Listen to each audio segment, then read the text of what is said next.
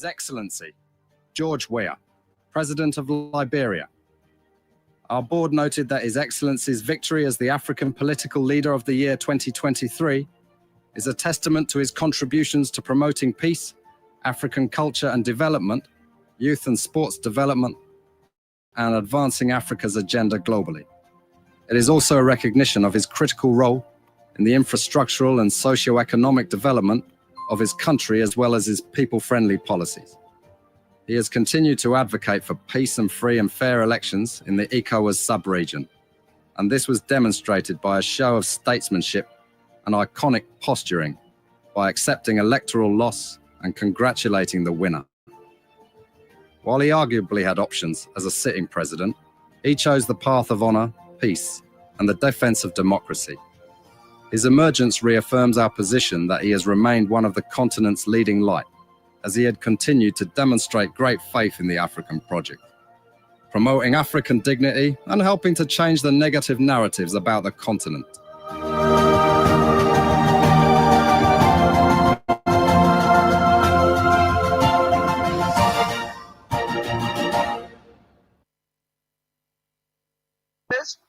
Before we could become journalists today, we are citizens, ordinary citizens, ourselves.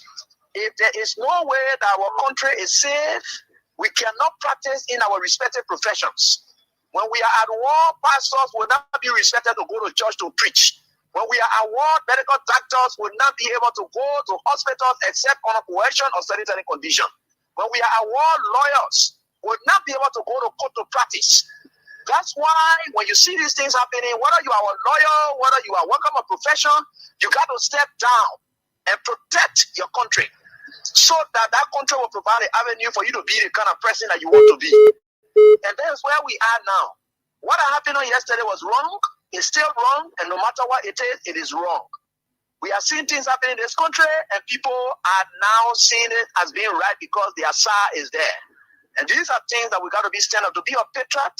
You have to stand first on the side of the law because the politicians will go away. The regime will pass away, but your country will stay. The law will stay. Your patriotism vow will continue to stay on. And these are things that we got to stand up for. You know? Somalecha. Kowe samukata de na ge himo bieki. De na ge himo bieki o. The people na ge himo bieki o. De na ge himo bieki o. De na ge himo bieki. Kowe somalecha o. De na ge himo bieki o. Kowe samukata. The church na ge himo bieki na the pale na ono de kata ya de o. De na ge himo bieki o. Kowe. Oh, kowe de na ge himo bieki. De na ge himo bieki o. La pia. Era que essa mara una namo aqui. Aquele boy. You know oily, the church on oily. The church on oily. You know oily. The church on oily. Let the lead. He let the lead. Get a pop for nothing. Prayer the poor over there. He found one particular star.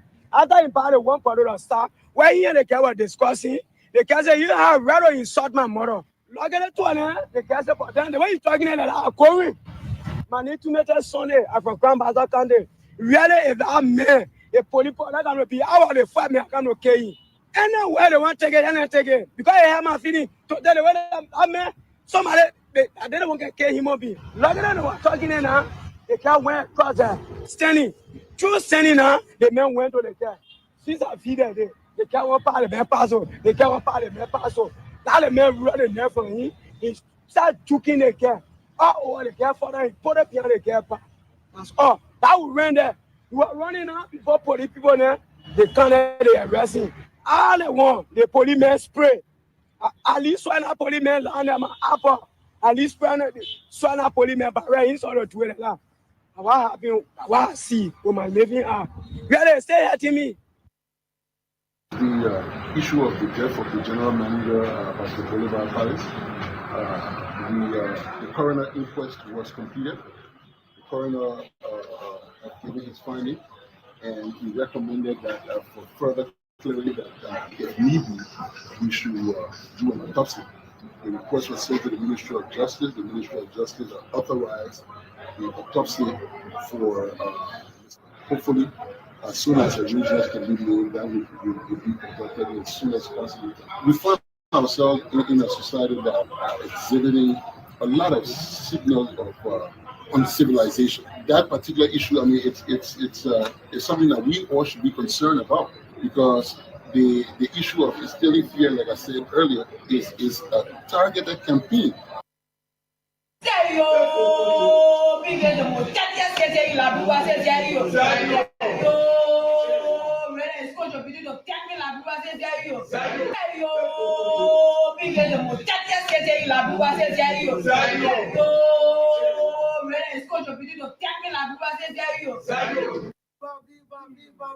Viva, Choco, até viva! Viva! Viva, viva, viva, viva, consistente Choco, viva! Viva! Viva, dinasmo do Relifo, viva! Viva! Não leva parte, não lê! Manda!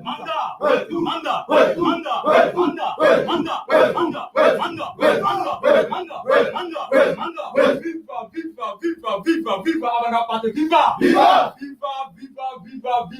Viva, egalitarianism, viva! Viva, academic freedom, viva!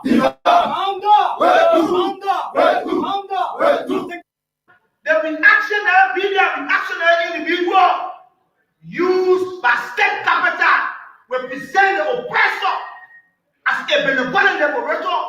Today, people look at a reactionary braggart that disputes the masses of this country. People look at a reactionary rete. People look at a reactionary Jeremiah Goon and celebrate them as heroes and verify the struggle of the student integration party for 54 years. If they put them on struggle, then the Bala could now be around the executive branch of president of this country. Today, a sleeping, walking president can raise up his hands and go to the ballot and be voted for, and you come back and castigate and demonize the struggle together of the student. We challenge the United Party and a so-called propaganda mercenaries to a policy debate. It's a challenge to any star of the United Party. The Vital Party challenge you to a policy debate.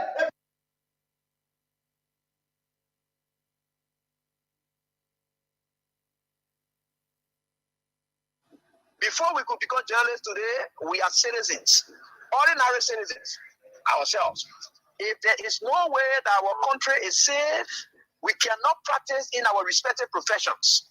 When we are at war, pastors will not be respected to go to church to preach. When we are at war, medical doctors will not be able to go to hospitals except on a coercion or certain condition. When we are at war, lawyers will not be able to go to court to practice. That's why when you see these things happening, whether you are a lawyer, whether you are working a profession, you got to step down and protect your country, so that country will provide an avenue for you to be the kind of person that you want to be. And that's where we are now. What happened on yesterday was wrong. It's still wrong. And no matter what it is wrong. We are seeing things happening in this country, and people are now seeing it as being right because the Asa is there. And these are things that we got to be stand up. To be a patriot, you have to stand first on the side of the law, because the politicians will go away. The regime will pass away, but your country will stay. The law will stay. Your patriotism vow will continue to stay on. And these are things that we got to stand up for.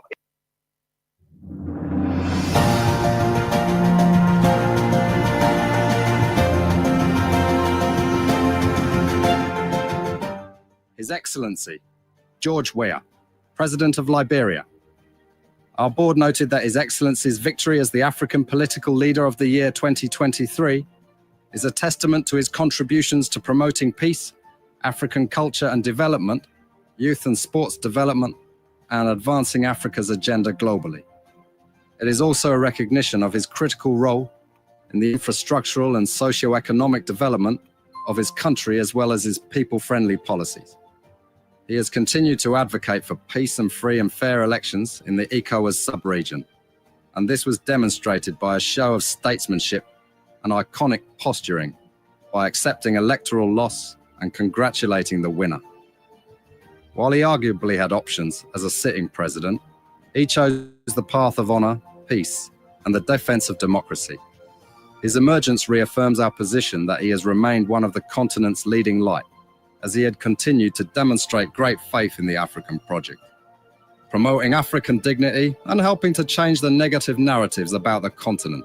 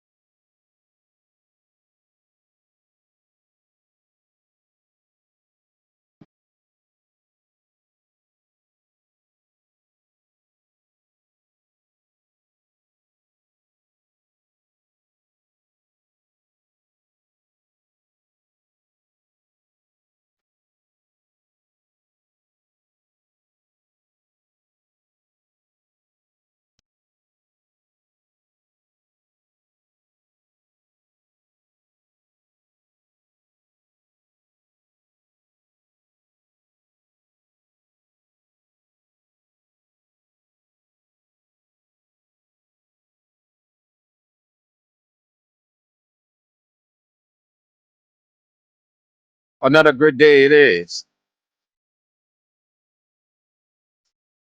A great, great, great day. So massive, so extraordinary. But above all, it's because of God. So we can say, thank God Almighty.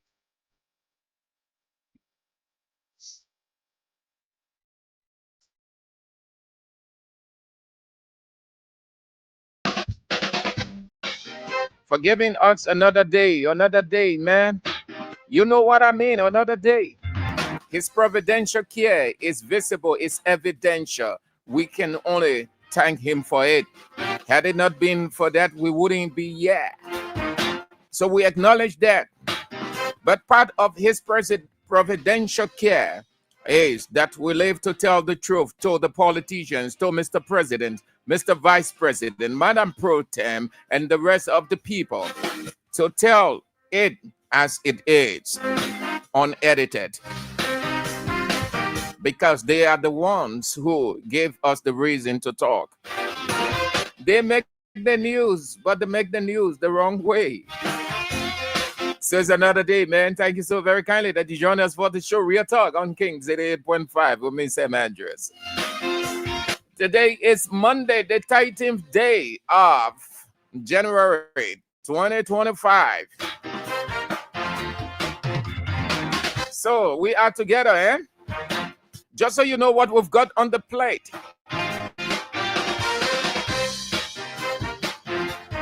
Prince Johnson is history. Waka goes to sign his book of farewell.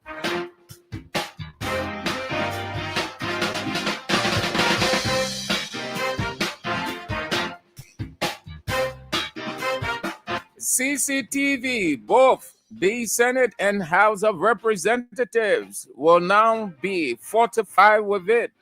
Street lights all over, solar panel. We are at the Senate. Yomblikanga Lawrence will tell us more. Joseph Himabwaka called it inclusivity. Sees county meet as the means by which love for Liberia, love for country, and uniting the people, the surest way forward. Siri Allen has a damning criticism of the government. Senator Amara Conan feeds his people, makes clear his promises, fulfill them. So that's how it looks like for this afternoon, and also developing stories, what we call breaking news. They are coming in. And the cash giveaway, 10,000 we're giving you this afternoon. 10,000. Just play star 799 star 100 hash. That's all.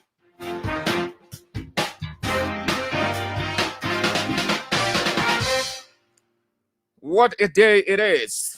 We're back again, another week to go. Thank you all for coming on. I can See all of you. Thank you. Solowat Kosia, Solomon Kuyebi, Alfred Simenim, Prince Rhea, Ansu Coleman, Exodus, Kelly. All of you have come on. Emmanuel Bro, Nina Kuya. All of you have come on. Thank you so much. Time is of the essence. We can go recognizing or calling all of the names. We've got the issues to talk about as well. We are giving 10,000 out today. You want to start playing the jackpot, 10,000, dial star 799, a star 100 hatch. Start playing now and win for yourself 10,000 Liberian dollars. 10,000, dial star 799 star 100 hash and play with only 200 Liberian dollars or $1.50, and you win for yourself 10,000 Liberian dollars. The week has started. Today is the first day. You got Tuesday, Wednesday, Thursday, Friday. Throughout these days, you need money, and no better way to get it than playing the King's Cash giveaway so that you get 10,000. All right, let's get started. But we can start nowhere than what unfolded. It was an arson yesterday. It was an arson yesterday, and the police gave a news conference. That news conference was presided over by the chief of police, and 11 persons of interest were called for the arson on yesterday. The police IG who presided over that news conference is called Gil Mazzano. Some of you are wondering now, right now, what's am I just talking about? Arson? Wait. What I'm talking about, sports arson, not the security or political, whichever way you call it. Sorry, the sports arson.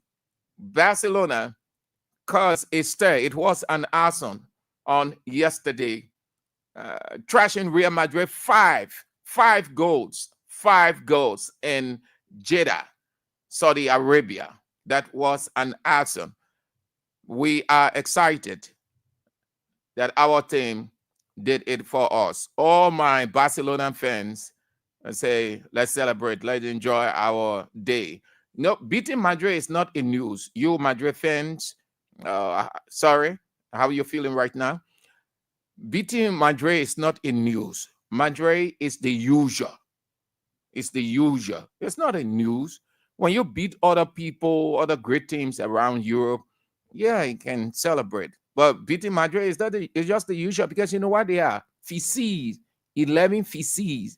Put BB names together. And BB names can make the difference. So, no, the people who have not achieved, they want to achieve. That's how it is in life, generally. Barcelona gets small beginning, they didn't win major things then, yeah. So they want the world to know them. So they put everything into it. Everything. Like the Hebrews people would say, the Jewish people, they say very muchness. They gave their very muchness, meaning everything of them, they put it into it. So the BB men with the BB titles all over the place, BB name, Kylian Mbappe, Jude Bellingham, Vinicius. Yes, small beginning. You saw how Barcelona made fun of them. Just simple strategy they use. Simple maturity 101. How is it called? Yes, simple maturity. You find it on page 1 of simple maturity. Allow them to play, let them show strength, like in the wrestling ring. When they finish, then your simple idea to get an TKO, technical knockout. Congratulations to the boys. Thank you, FC Barcelona. We're waiting for them again. The Kings Cup will meet you. Then we will also meet you in La Liga. Then if it goes the way the analysts are predicting it, we might meet in the Champions League game. So Real Madrid, you have 3 defeats for us, 3 beating, broad day beating in your own home. Madrid too dull in your own home. The people gave you 4. The people took it to neutral lane. They gave you 5 on neutral soil. Now listen to the interesting part of it. In Madrid own home, they beat them 4. Barcelona beat Madrid 4 in their own home. The same people who score beat Madrid are the same people who beat Madrid yesterday again. The same people. Lamy, Rafinha, Lewandowski. The same guys that beat Madrid in their home. 4. The same guy beat Madrid on neutral lane. Then Madrid a football team again. Okay, man. Just a spice up, just to get you laughing and stir out some of your emotion, your Real Madrid fans, as we get started with the issue. Is that easy? Okay, man. So let's go. Let's go now. We've got issues to talk about. Time is of the essence. Start playing your King's cash giveaway. We're giving away 10,000 Liberian dollars. Dial star 799 star 100 hatch. Play with only 200 Liberian dollars or $1.50. That's all you need to do, and then you can receive your 10,000 Liberian dollars. So let's get started with what unfolded today. We talk about the fires all over the place, and we told you and maintain still that it is a bad omen. The world has to take you, especially Liberia. It is unprecedented. We have not had those fires before. We have had fire incidents, but not at those magnitude and widespread. They are indiscriminate. Till now, no one can figure out why and how these fires are all over Liberia. From 1822 to 1847, no history of such indiscriminate fires. From 1847 to 2002, no history of such. From 2023, Joseph Yema Boaga took the helm of power. Throughout 2023 into 2024, fires all over the place. People can't figure out today why and how those fires are raging. It is an inferno. And if you will not understand, well, I should share it is with you. God warns and punishes with fire. We have to be very careful. I know that our religious leaders are muted, but God listens to people individually. Even a single person who prays out in earnest and solemnity, God can use that one person prayer to save a whole nation. You don't need to depend on or wait for pastors.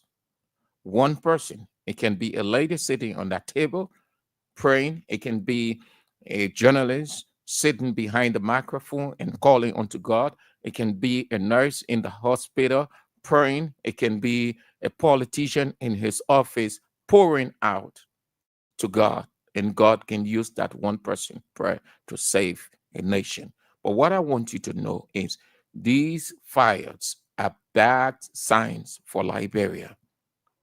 God is warning And if we overlook it, if we can do nothing, when disaster befalls this country, people should not say that where the people then, we one day, the pastor then, you come and pray. No. When COVID-19, this country and other parts of the world, quick to forget. When COVID-19 was on, we saw people praying in the streets. Everywhere people came outside under the rain, they were praying, they would lay down on the streets. The streets around the world was flooded. People cry out to God. God listened, and COVID-19 is off. Guess what? Everybody now has turned their back on God. Nobody praying to God again. Nobody calling upon God because disaster isn't forthcoming. But here is it. Liberia has to be very careful. Liberia is not immune from anything. God shows signs. These fires all over this place are signs of an impending danger that the country must not overlook. It is not only happening in the city, but every part of the country. You wake up in the morning, you hear fire out of the city, fire on the fringe of the city, fire in the interior, and it's just taking down institutions and houses and churches. When you see such, what comes to mind? We have to be very careful, people. We have to be careful. God warns, God punishes with fire. If you don't know, he punishes with fire. That's how he works. It is one of his core characteristics. If you overlook that, you are dead. He works, he uses fire. He used fire to punish Sodom and Gomorrah. He used fire to destroy Nadab and Abihu. He used fire he's going to use fire to destroy the present earth to bring in a new one.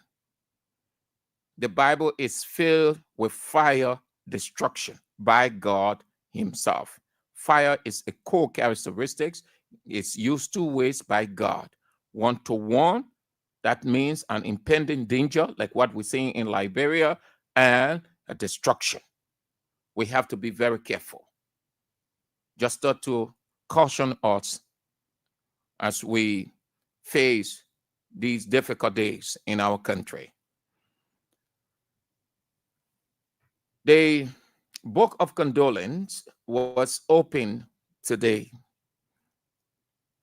The book of Condolence was open today.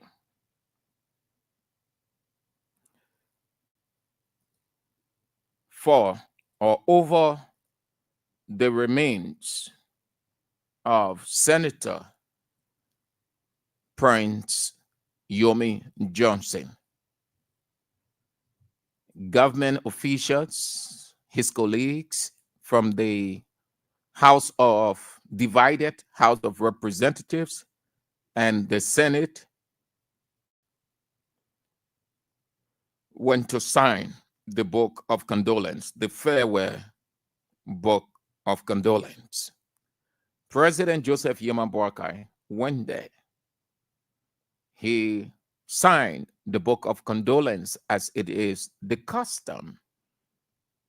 And he left. That was preceded by colleagues from both houses, the executives, and other people. He is dead.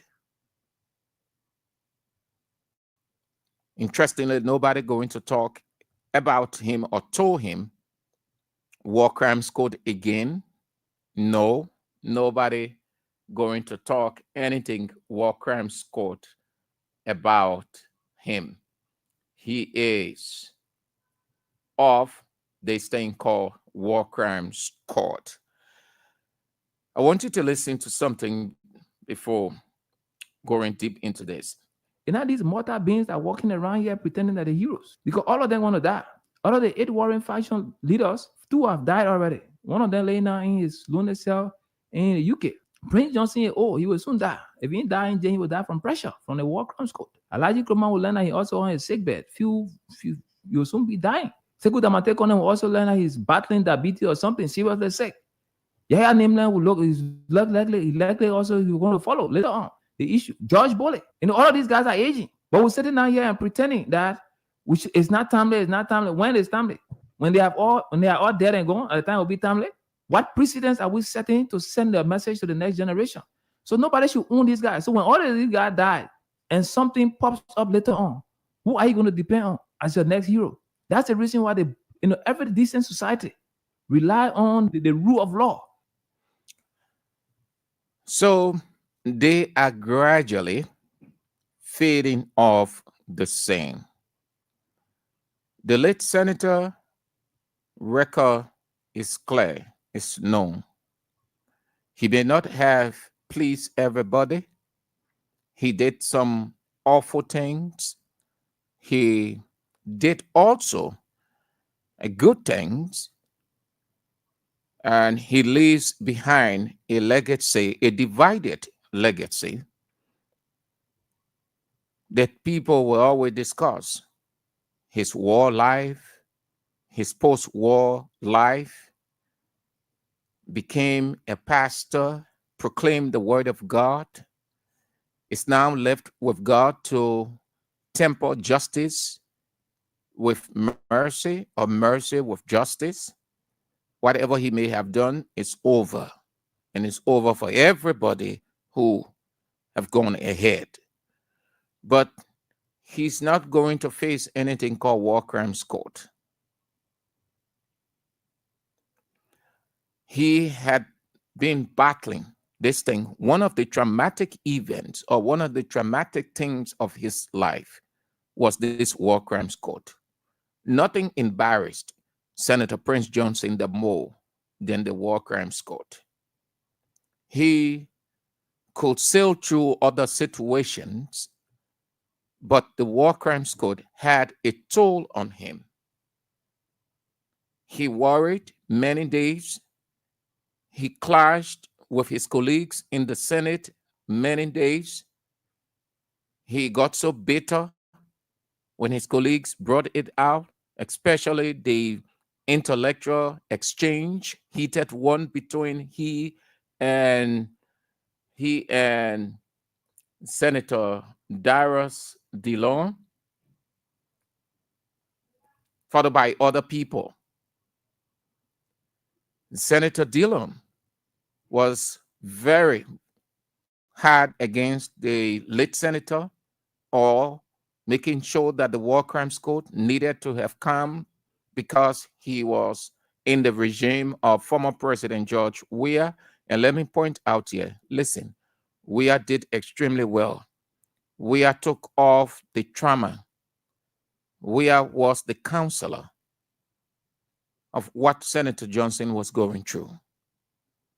Weah protected him by his perspicacity of leadership, by fending off every attempt for the setting up of the war crimes court during his regime.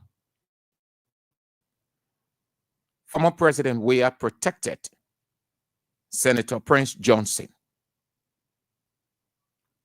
He made sure that the senator was in a good state, because nothing was playing on this man more than that war crimes court. When you have gone through such a long period of war and you carry out so much carnage and other heinous acts, you will always look back over your life. And when you think of others who are being subjected or convicted, you worry. Like former President Charles Taylor, even though he isn't in jail for crimes committed in Liberia, but convicted of crimes committed in Sierra Leone. But it is dramatic when you think of your colleague, especially when the two of you led a revolution together, and along the way, you people parted ways. So I know that sometimes when he think about Charles Taylor, 50 years in jail, and then the people are talking about crimes code, and he's going to go to jail for 50 years or even more than 50 years. All of those things did play on him. But he had the comfort of former President George Weah. Former President Weah protected him. Along the way, he decided to go to Joseph Hima Boakai. And Joseph Hima Boakai dumped him. That thing about the war crimes code, so the senator had other issues, but they were not as strong as the war crimes. And no part of that war crime stuff broke him down than what his own countryman, Vice President Kuhn. All of you know, very many of you, let me not say all, very many of you know, you're listening to AB, he explained that whole situation about the war crimes code. And when Senator Johnson went in the office of the vice president, he put out 5,000 and said, go and find a lawyer. From that moment, he wasn't himself. He was only physical, but his spirit was off him. Today, they went to sign the book of condolence. What conscience they signed that book of condolence with? Nothing play on him. I'm not saying that what killed him, but it was the only thing that he battled over the years. In Weah's regime, he was relaxed. When people would come out, they would talk about this war crimes code. He would try to fend it off. He got the protection because Weah understood the condition. Weah knew that, oh, look, this thing here, we agree, all of us want justice, but we have to take time how we go about it. Let's try to work around it in a way that both parties will be satisfied. That was former President Weah's position. President Boakai comes and says, no, we ain't here to protect anybody. All of those. In fact, let me call Allen White. Allen White said it was President Boakai who called him. That Allen White didn't call. Allen White said, Mr. President, why did you call me here? And Mr. President started to explain why he called Allen White. That they need to get done with this war crimes code. Those who committed heinous crimes should not go with impunity, and on that conversation went on. From there, signing of the document to set up the office, followed by other things. Prince Johnson. Everybody wakes up in the morning. Prince Johnson. Radio stations, we playing it too because they were making the news. I am only saying this to let you know what conscience did they have signing a book of condolence.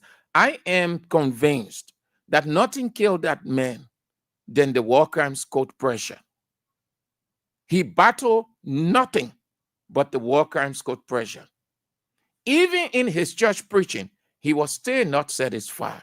He was still thinking, it was still playing on him. The vice president goes there to sign a book of condolence. The president goes there to sign the book of condolence over his remains. How they feeling now? How? What conscience they have? What can they say? Or what would they be saying at his funeral? Former President Weah protected Senator Prince Johnson of this war crimes code. Former President Weah knew what he was doing. He saw the future before the future unfolded itself. And he used wisdom in his leadership with this war crimes code. Bouaka comes to power and show amateurism. Call everybody and say, let's get this thing off the ground. Senator Johnson pressure increased. The man who I felt was the right person to help me too, like Weah did, I left Weah for him. I turned my back on Weah. I came to him. I gave him the election. And this man is dumping me, stabbing me in the back. I want to believe if Senator Johnson had not left Weah is not God. But look at the circumstances. If Senator Johnson had not left former President Weah, he will be alive today. We will not be talking his death. He will not be in the morgue. Morticians will not come with the knives, the blades, and every other thing to start cutting his body called embalmment. Senator Johnson will be alive today.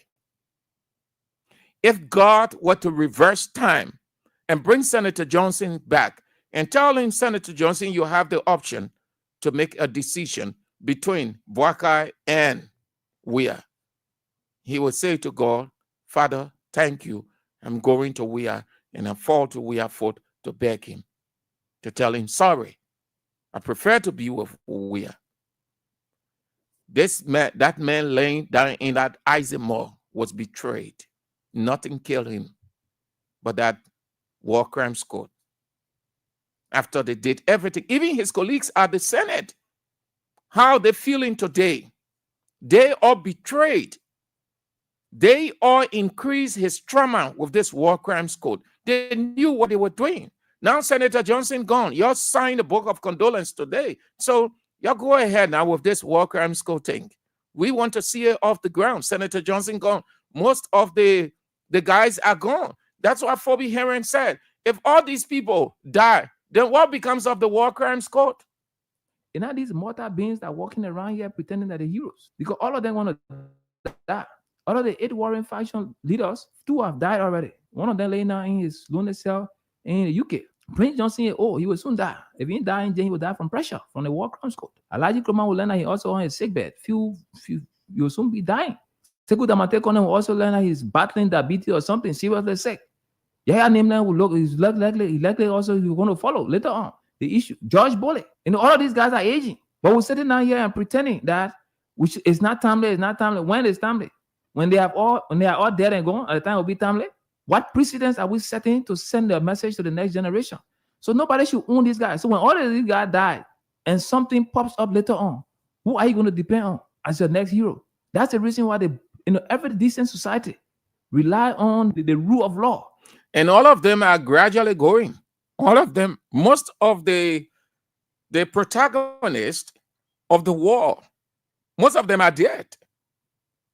You got few still alive. And anything can happen. Those few could go. Senator Johnson is off the list.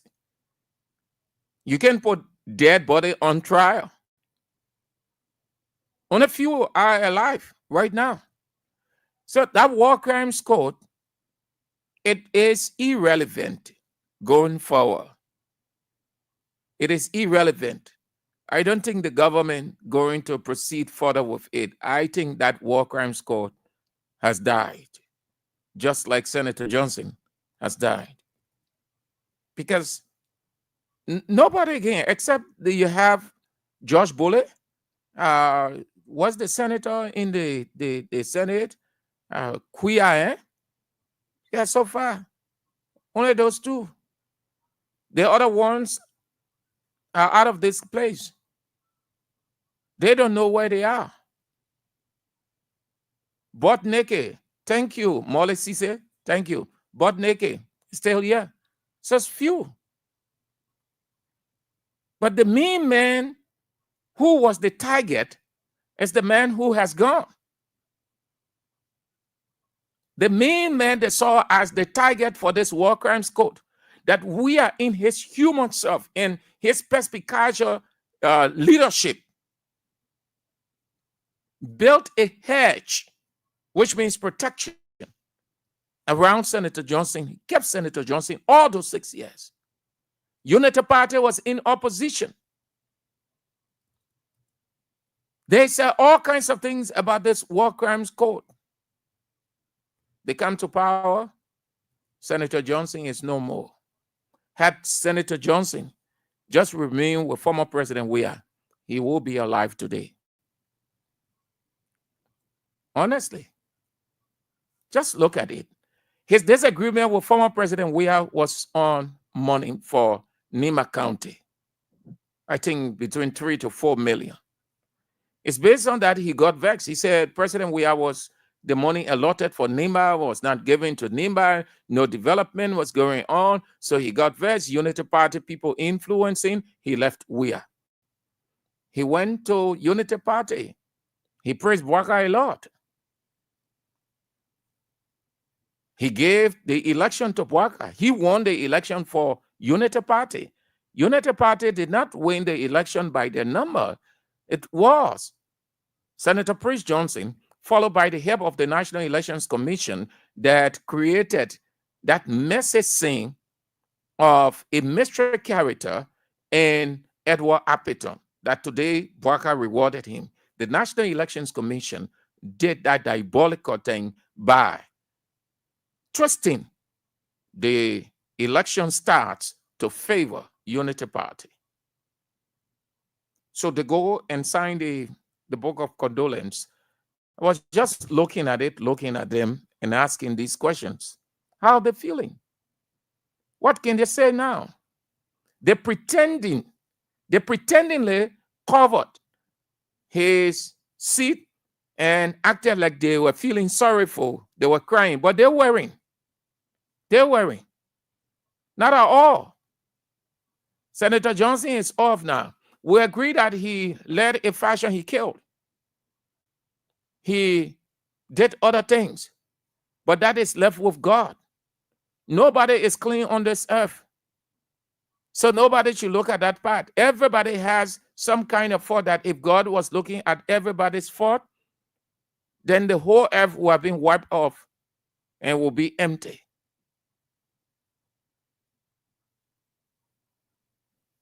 How they feel, how they feeling. That will be doing it for that. Thank you for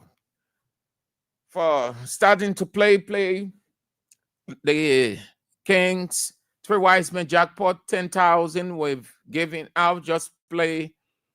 Okay, Josephus Manning said 4 million. Thank you, Josephus. 4 million. 4 million. It was based on monetary disagreement that Senator Johnson, the late, got uncomfortable, and then when he switched allegiance.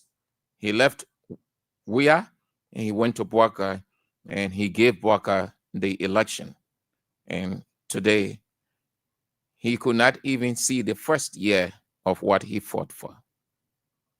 The first year, the first full year, the first full, F-U-L-L, the first full year of what he fought for, what he handed to Unity Party, he can see it. At least to talk about second, third, fourth. He had wanted to see the first year and the second, the third, and the fourth, even up to the end of President Bwaka's first term. He had wanted it. He had desire. Yeah, that. Unfortunately, he can't. So how the Unity Party people feeling now? How those senators, his colleagues, how they feeling? You go ahead with the war crimes code now. You put it on the floor. You debate it. Who you will tell now? Yes, 5,000. Go and find lawyer. Who you can tell that? Jeremiah Kuhn. Jeremiah Kuhn. Son to the late senator who brought him into politics. He allowed his colleagues to influence him to do that to Senator Johnson. He's off the scene now. He will be buried next week in Nimba County. Thank you all. Let's continue to play the King's jackpot. We've given 10,000 Liberian dollars on today. 10,000, just dial *799 *100 hatch. Play with 200 Liberian dollars or $1.50. Let's move to the House of Representatives and the Senate. They return today as their custom. They return today as it is their custom. They return for business. Let's start with the House of Representatives. Then we'll get to the Senate, and then we can have your comments on the first lap of it, and then the second, we are out. They convened today, the divided House of Representatives convene today or resume. They resume today. Before then, the guys from the Speaker camp said they were returning to session with the majority bloc, in their words, to not only do the Liberian people's business, as they would say, but on condition.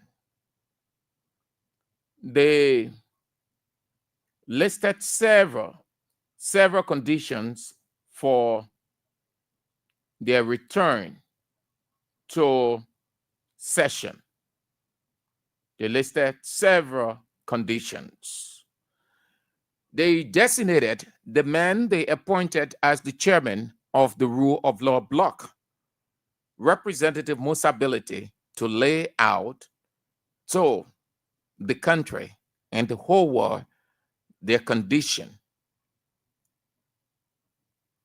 Why they're going back and the condition on which they will be with the majority bloc. One, we have waited for the Supreme Court to clarify its ruling or to no avail. Thus, we must take a different approach to resolve our differences through legislative interaction. Two, we intend to use this legislative engagement to express our objections to the following. A, the election of a speaker when there is a speaker who was legitimately elected in accordance with the Constitution and our rules. B, the suspension and withholding of salaries of our colleagues in total contravention of our rules. C, the dissolution and reconstitution of all committees in violation of our rules. D, the refusal to release the benefit due to members of the Rule of Law Caucus, which the Ministry of Finance had fully remitted into the account of the House of Representatives. We want to emphasize that we remain committed to the rule of law, which include taking further appropriate legal actions while pursuing legislative resolution on the floor of the House of Representatives. We want to thank the people of Liberia for standing by us and assure you of our commitment to the rule of law.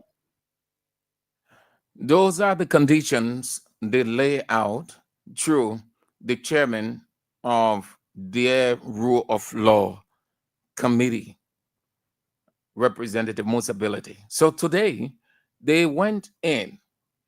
But before then, I was pondering, if they resolve to return, and Richard Cohn was elected in an equal way or inducted by his group, who then will preside? Who will preside? Richard Cohn or Speaker Fonati Kofa? Some analysts, some political analysts will impute their idea that the guys are not giving in. They know what they are doing. Some will even say it is an unknown coup. Different ways they try to put it. But you come to think about it. If these guys are going back, and they've gone back, they would sit under Richard Cohn. If they sit under Richard, if they sit in that chamber and Richard Cohn presides, it legitimizes Richard Cohn's position as the speaker. Whether they have a plan in place or not, whether they're going to raise certain issues or not, the fact that they can just move, or they move in and sit in that place, and the man who is sitting before them, presiding, Richard Cohn, they are under his authority. And with that, it is a legitimization. It means they are under Richard Cohn as the presiding officer, and that legitimizes Richard Cohn's status as the Speaker of the House of Representatives. Another way I've been pondering, whatever they have, I think they know that the Speaker now, at this point, will not survive. So in order to avoid going one at a time, 2, 3, let's just reach a resolution with the Speaker and say, this is the situation, but this is how we're going in. We'll outline these conditions. You will not survive. Or it's possible the Speaker could speak to them and say, this is the situation. I will just hold on. You guys can go in and we can do this, we can do that, because they have a plan in place. I am told they have a plan in place. We don't know what that plan is, how they're going to execute it. But my argument is, if they chose to come out of their wilderness and join the majority bloc, and Richard Cohn presides, then their presence there legitimizes Richard Cohn's status as the Speaker of the House of Representatives. Then every other argument about illegitimacy does not hold water further. Not at all. It doesn't hold water.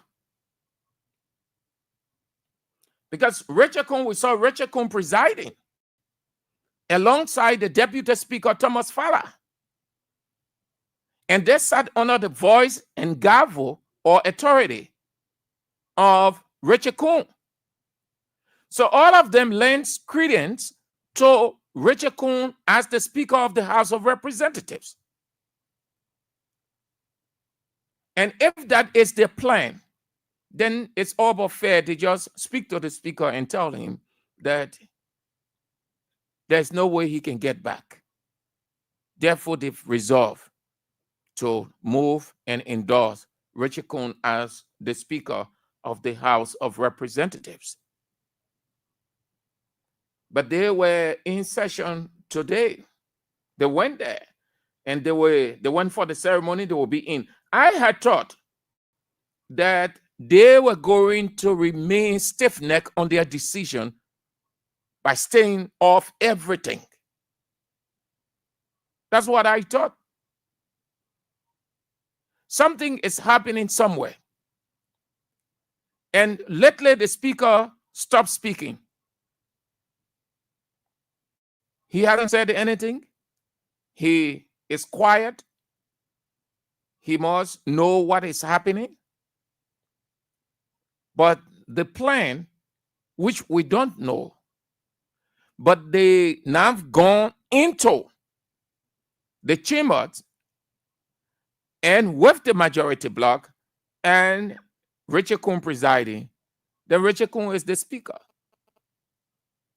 Another thing is they might not want to embarrass Mr. President, who has embarrassed them, because this country is all patronage politics. Everybody bow to the president. The president is the one who is worshipped. One of the things that getting Liberia in this situation is because the people, they worship president, a man, then they can stand up with the law and do what is right. So we have a patronage society. The president is the boss, and the rest of the people bow to him. Anything he says, the two branches of government. They've argued on this. I heard Senator Snow one time in the Senate blasting that it can't be like this. We can't have this kind of society that anything president wants, it happens. And all of us just laugh and say, you people, you people created it. So it could be they don't want to embarrass Mr. President because he got just less than a week or 1 week. The Constitution said the third working Monday. So we've gone 2 weeks. Next week will be the third. So we're talking about next week, Monday. So probably the plan could be, or part of the plan, it will be shameful. Let us not embarrass ourselves as a country. Let us not embarrass the president. It will not look good. Let's get together, whatever we can reconcile. Because if you listen to most of them, what they are pressing for now is reconciliation. Their tone has changed from being radical, offensive, abusive to reconciliatory. Their tone has not changed. Majority bloc is pushing reconciliation. Minority bloc seem not to be giving in, pretendingly, but they are giving in. Probably it is one of the reasons they decided to go back, not to embarrass Mr. President. Because listen, the speaker isn't there. It's not a sonar. Even their session today, their opening ceremony, the House of Representatives, who needed to be there to preside according to the Constitution, the speaker, who presided over the opening of the Senate ceremony, the pro tem, Yomlikanga Lawrence, who's going to preside. The Constitution said the speaker. The Constitution did not say a mercenary accomplished speaker, mercenary mission accomplished speaker. They say the elected speaker, the illegitimate speaker. So if the speaker isn't there, it will not add that relevance that the state of the nation address deserves. Moreover, those who are our partners, who are cognizant of parliamentary proceedings and the constitution of our country, might not want to embarrass themselves because they would feel going there where they will be lending credence. They too will be legitimizing an illegitimate person called Richard Coon as speaker. So listen to the two people. I thought they are all here. I'm going to Yomlikanga Lawrence. They are all here. They're pressing for reconciliation. You know why they're doing all of this? Because the time is getting closer. The politics, listen, these guys, the speaker minority side, they are gradually leaving him. The speaker is on a sinking sand. They are gradually leaving him. I've listened to several analyses. Oh, this person from the other country, Musability wants to be speaker. There are all kinds of things they're saying. This is as simple. You ask Angel Gabriel will tell you. These guys are gradually leaving. They're gradually leaving. They have a plan in place. They know that the speaker can come back. They are aware that he's not going to come back, that he has lost the warfare. Now, they don't want to be staying on the side of the law forever and have no relevance. So the logic is, look, let's pop up something, let's put something together as saving Shamefaced to get back. They cannot do anything in that house. None of those 5 counts or whatever the number that Musability read out, none of them they will implement or they will pursue. They might do it. They might, not with them. But I am convinced the main reason those guys decided to go back, not to embarrass Mr. President, they know that it will be an embarrassing something for the president and the country. 2, staying out is not going to help them. They're getting nothing. Budgetary allocation, nothing. Benefits, nothing. Suspension on them, withholding of their salary. They are being stifled to every way, just like the speaker. It is just like, listen, let me end here. You know how the situation looks? It's like the end time. It's like the tribulation period. It is typical of the tribulation period. In the tribulation period, when you find yourself under Satan's reign and you refuse to take his mark, you're not going to operate in the commerce of the country. You can buy and sell. You'll be stifled every way. No matter your position, whether you are senator or speaker, you will not buy. You will have money. It can be used. You will not get food. Every way Satan will stifle you. And you know what it's going to lead to? Death, starvation, and death. Now, the speaker and his guides are going through the same thing on earth, but they're not dying literally, but they are going through political starvation. They are going through political starvation. They are fighting for survival. They've been stifled on all fronts. All fronts. Their colleagues seize their salary, seize their benefits, suspended them, and other issues. Now, you sit there in the morning, you go, nobody paying attention to you. You don't have money to do things. Things just not working for you at all. You will just sit down one day and listen to yourself and take advice from yourself that let me go back so that I can have that relief and restoration. And if those guys went back as they are doing now and everything is resolved, they will restore. Those who are suspended, they will lift their suspension. They will lift the suspension on the ban on their salaries and other things.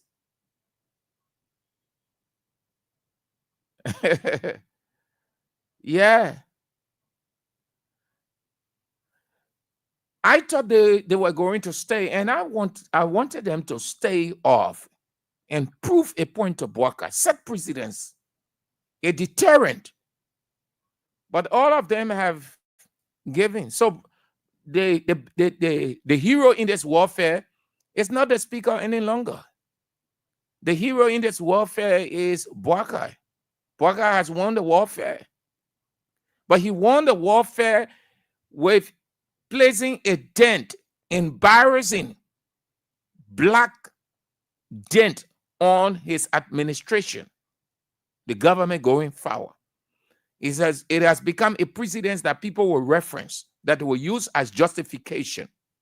And they don't have the face to tell anybody about morality, about the rule of law. Bwaga messed up. He messed up. It's a shame. It's a disgrace.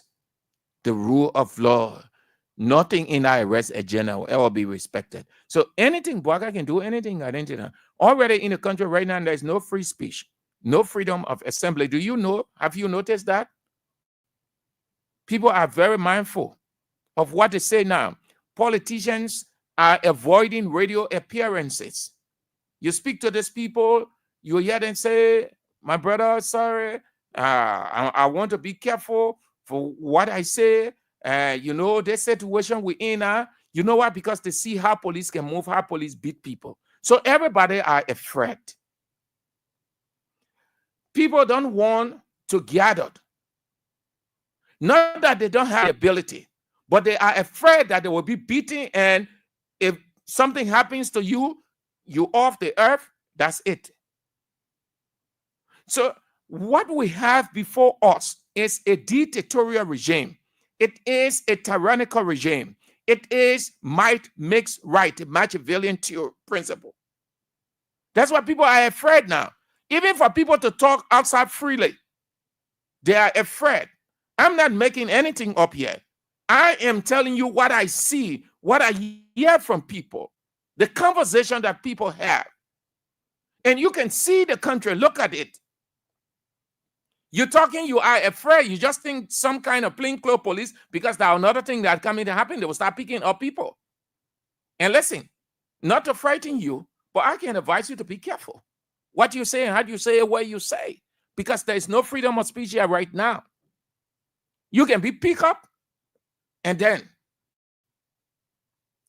no freedom of assembly, even though the Constitution provides that. But who determines? The man who has the power.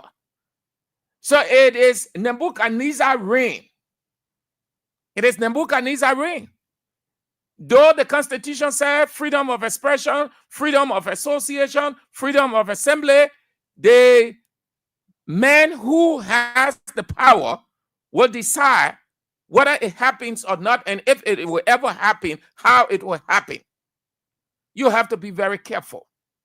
I'm not making you afraid. I'm not threatening you, or not putting you in an embarrassing position, but this is what we see. Media people are affected. Media people have reached a point now where if you are not a state or pro-government person, you will be silenced. If you are a pro-government or government, you can say anything you want to say. And you can't run the country like this. That's Nebuchadnezzar's reign. It's bad. It's wrong. We can't. So the Senate, that what is for the House of Representatives. Let's move to the Senate. Then we close on the first lap. Then we open the line to have your say. So truly, Liberia is a typical culture, a mystery society. You just can't understand why and how certain things happen. Not that they ought to happen the way they happen. Those things can be prevented. But the people are not far-sighted. Today, Senator Yumli Kanga Lawrence, pro tem, she said that several measures have now been put in place. So had those things not happened, they wouldn't have. They were not thinking in that direction. They were only concerned about their 45,000, their 50,000, their 75,000 budget line, budget item. Those are the words that they use, those jargons, justify. They were not concerned about their safety. You see, when you are so greedy, when you so abu for money, You lose sight of your security. It is only when something happens, then you pretend that you are afraid. They stay in that place. They will manipulate the budget. They will infuse some things as justification to get so much money onto themselves, but they were not concerned about their security. I thought people who are so obsessed with money, they are concerned about their security. They use the money to have themselves secure. But the guys in Liberia and the ladies, no. So if they had not had that situation at the Capitol building, there would have been nothing. So today she said they've turned the Senate security over to the Liberia National Police to work in concert with the Senate Security Department until a full measure is put in place. 2, that they've concluding arrangements with the Ministry of Public Works to have solar panel installed, street lights installed for visibility both night and day at the Senate. 3, that arrangements are being made for a sophisticated installation of CCTVs everywhere.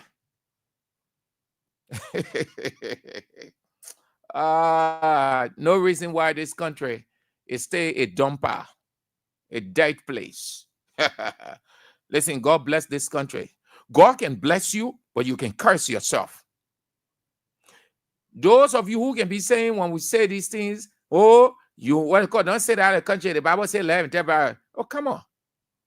God can bless you, but you can curse yourself.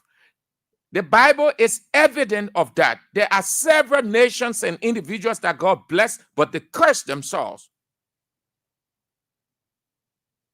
Listen to the pro tem explaining these things. We have asked the National Police to take charge of the security at the Senate and work in collaboration with the Senate Security Department until all security measures are put in place by our Defense and Security Committee. We ask for the cooperation of everyone to ensure that proper execution of measures are put in place. We are concluding arrangement with the Minister of Public Works for the installation of solar power street lights to enhance nighttime visibility and deter criminal activities around Capitol Hill. The Security and Defense Committee is also in consultation for the installation of a state-of-the-art CCTV surveillance system covering all key areas within and around the Capitol building. This will complement real-time monitoring that will enhance rapid response to any incidents and aid in post-event investigations. Employees' well-being. Water and sanitation, which have been a major concern, has been addressed. 2 buses were provided for the staff. The funding for health insurance is now available, and the process to select a provider is ongoing by the ROA Committee. A waiting and entertainment room was built and dedicated for all drivers of senators and East Central administration. Senator Yumble Kanga Lawrence in her opening address today. So we didn't want that. Nobody want disaster. But if it occurs, you learn the hard way from it going forward, since you refused to allow wisdom to set in. Now they're putting mechanisms in place. All those years, can you look at that? People who claim to be educated. When we are talking about that thing in his regime, these were some of the people that were saying all kinds of stuff. Today, yesterday, it wasn't. They were making fun of it. You think the white people, the white men is more far-sighted than the black? But you people will cause people to sound racist because you sit here, you have the money. The women thinks ahead. The woman knows that there can be disaster at any time. People can break in at any time. You're living in the midst of thieves. You're living in the midst of bad people. So you have to have a tracking system in place. So they set all of those things ahead of time. The black man said, no, we don't want the money. Put the money in our pocket, buy 30,000 car, tinted windshield, moving around, and people see us, they're borrowing to us. They're asking us for money that, that Liberian men own that. That now they want to put CCTV in those places. Okay, let me squeeze Senator Dillon in and then we open the line. So the senator said the honeymoon period with their rescue mission is over. 2025, according to him, will be totally different. And then he said that people cannot be acting at central bank and LTA for almost a year. This will have to end this month. Oh, God.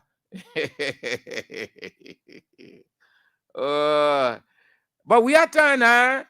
You did not know the reasons. You used to be saying, we are keeping people in active position for this long period. The man is inept. The man does not know anything. He does not know the man who knows it all now. Yeah. You see how embarrassing and shameful and disgraceful it is? That's why God, who created all of us, he said, don't criticize your colleagues. If you see your brother doing certain things and you know that it's not right or he's slipping the wrong way, help him out by advising expressly, because you will have the time to go through the same thing that he's going through. You think to be president a small thing? You think that joke? When we are and his people were in it, didn't you people hear Ellie? When Ellie turned over, she decided to drive herself. When she was getting into her vehicle to go, trunk of journalists, both local and international, went to her car. And all the microphones and cameras were before her. One question that stood out, that made the news, that question that came from a given voice, say, Madam President, how do you feel now that you are off? You know what she said? She said she feels so relieved that that burden has left her, just like a heavy load. When these people, when they were in opposition, they felt that it was something easy we are and his people were going through. So they were saying all kinds of damning things here and there. Yeah, Bwaka is in there. Bwaka is doing the same thing. There is reason for leaders taking their time to work out certain things or keeping certain people on. You have to look at those reasons. You don't have to just criticize or condemn because you are not the one. Now they are there now. They want people to empathize and sympathize with them by not criticizing, but just accepting. No. When Dillon know that people can stay in tenure position for too long, the people Bwaka appointed are the people he get. The other people refusing to come to work in Bwaka government. They're seeing the things that happen. So they're acting. And Bwaka will keep them there. So Senator Dillon, leave that thing, yeah. Leave it. You're one of those that embarrassed Bwaka from your very first day you went to that Senate. Let's turn to you now. Have your say on the show Real Talk on Kings 88.5 with me, Sam Andrews, the first lab of the show. Then we turn to Chief Siri Allen. He had something to say about this government, his evaluation. He had not kept silent about what is unfolding. He has portrayed a true national stakeholder posture. He will criticize, that means realistic, and suggest what the government needs to do going forward. Hello. Yeah, Guadalajara, Sam Andrew. This is Tabu Rasta joining you from Point 4 to be a SAG in Zimbabwe. Thank you for your talking point this afternoon, Sam Andrew. Firstly, I want to say, I forget something that I can say. They say when the crowd won't die, whenever the crowd want to die, they can always miss the hole. That's what happened to Senator Johnson. Can you imagine Senator Johnson trusted Jeremiah Kuhn, going closer to him? The old Jeremiah Kuhn will be there for me. But to see Jeremiah Kuhn today between Senator Kuhn, that's what led to Senator Kuhn's death. Quickly on your second talking point when it comes to the House of Legislature. You know our lawmakers and the have already demonized every system of governance within the Republic of Labrador. And right now, Baga has succeeded. The bigger picture of Baga is happy, Baga is laughing. I'm telling you, people are saying, Andrew, can you imagine Baga take our speaker from here and carry the speaker to Ghana? And you know, Ghana, like one of the people that can always reconcile that when people, even when the people came from war, they had a peace accord in Ghana. And today, see the speaker going back to Ghana on that inauguration, I believe that the House of Legislature have been resolved. Thank you, sir. Yes. Hello. Hello, Sam Andrew. Good afternoon. No, this is Franklin G. Myers calling you from district number 4. Sam Andrew, those lawmakers that will be leaving fanatic to go back to section. Those people, they don't know what they're looking for. Why they wasted 11 time? They knew they want to go back to work for money. Why they have to waste 11 time? If it is true they're going back and leaving fanatic well, let them go, but 2029 is right behind the house. They will go back. They are district that they are not law about it. They are still responsible to the Nabucodonosor or Parker is. Thank you very much for the show. Thank you for calling. Have a nice day. They gone back. Don't mind that thing. Let them go back. The new law going on. They should have wasted our time. All right. Thank you, sir. They should have wasted 11 time. Hello. Good afternoon, sir. How are you doing? I'm good. Well, this is Edmond Carr. Let's hear you. Let's hear you. You know, sir, for me, I will not have no regret nor disappointed in the minority group whatsoever decision that they may take or they will be taking. And some of us will be happy because we stood by Fonati and stood by the law of the Republic. It's kind of boring now. So whatsoever decision that they will come up to, it's up to them. But the only thing they should be aware of, they should know that the future lies ahead of them. And I hope they will be able to ably defend themselves, the reason why they took the decision previously and the reason why they're trying to flip-flop. But until we enter into the term which we will be next week, we stay in Washington to see what happens. Anything is possible. Don't see whether that demand will be able to go through. Because as you are seeing, Edmo, yeah, that thing that most ability say over there already. A fast, complete fast. Don't mind that thing, man. The people you know, politicians know how to sugarcoat, and they know how to go with the rhetoric, so that it plays on the people. And they soon gave in, the people serious, and about that fake thing. No man, they know what they on. Fonati off. They know that Fonati not coming back. They know.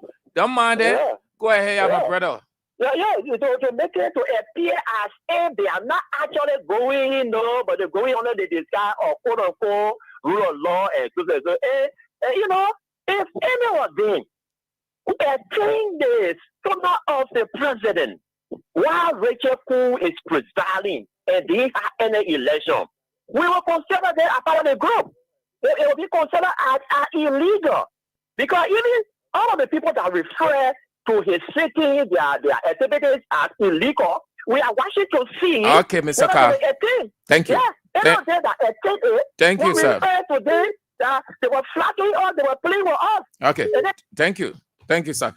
Let's bring on A.B. Wayne. He got his input to make. Good afternoon. How you doing?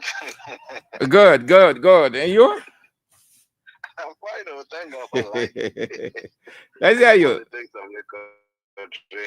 It's a very interesting country, mystery society. Interesting. Yes, so I've been listening to you. I want to say thanks for your analysis.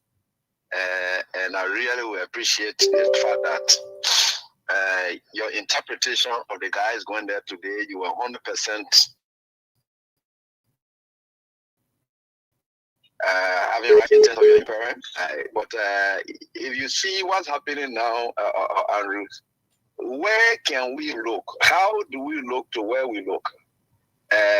Things are happening in this country. The president and his team, they have decided to take us back to some form of war days. In fact, not even war days. Prior to even a war, the two-week party era, where people could be rounded up, tortured, and so forth. We're hearing about those things nowadays. We are not running a fully functional democracy now in this country. So now, the guys on the other side, they couldn't operate, and there is nothing that was happening. And we are going towards the sooner. And currently, as we speak, you cannot be outside and you continue to fight, especially in the wake of all that's happening. The executive have decided that the role in lines partially in some form and manner because the judicial silence too infers as support to the people. Because the judicial silence too. So you can see that these guys, or we the Liberian people, we are left alone, and Joseph Boakai and that of the executive, the national legislature, and on basis of inference, the judicial, they are just left all outside of governance now, and they are running the country the way they want to run it. It's no longer a fully functional democracy that we are in now. Even if the guys start outside, how do they get accommodated democratically? Democracy is built on the principle of rule of law. Now, so they decided to go in, from what I'm understanding, because from your analysis, I begin to place some calls to them. I say, yeah, my guy is making some analysis here and there. They say, no. Some of them are saying, in total, people that are there, they are saying, no, we are not doing it this way. We have a game plan. We cannot sit outside and put up the fight. So you people shouldn't see it like that. Let's stay within. As far as we are concerned, and that which I still hold on to too, I said, even if Fonati were to be announced his resignation today, it does not still make Kun speaker. Even though guys going to the national legislature today, joining no guy, it does not still make Kun speaker. For him to be a speaker, there must be a process. And that process is enshrined in the Liberian constitution. And until all of the processes are exhausted, Kun is still not a speaker. So whether anybody go to you or whatever it is, they know that there is a process through which Kun is called a speaker. Now, Waka has taken our country resources.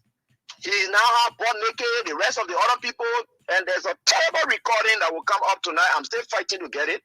One of the guys that they really tortured, that recording, I will get it at all costs, and I think I will get it. You will hear that man's testimony from what I've gathered. And you will know that, my brother, there's nothing sound in this country anymore.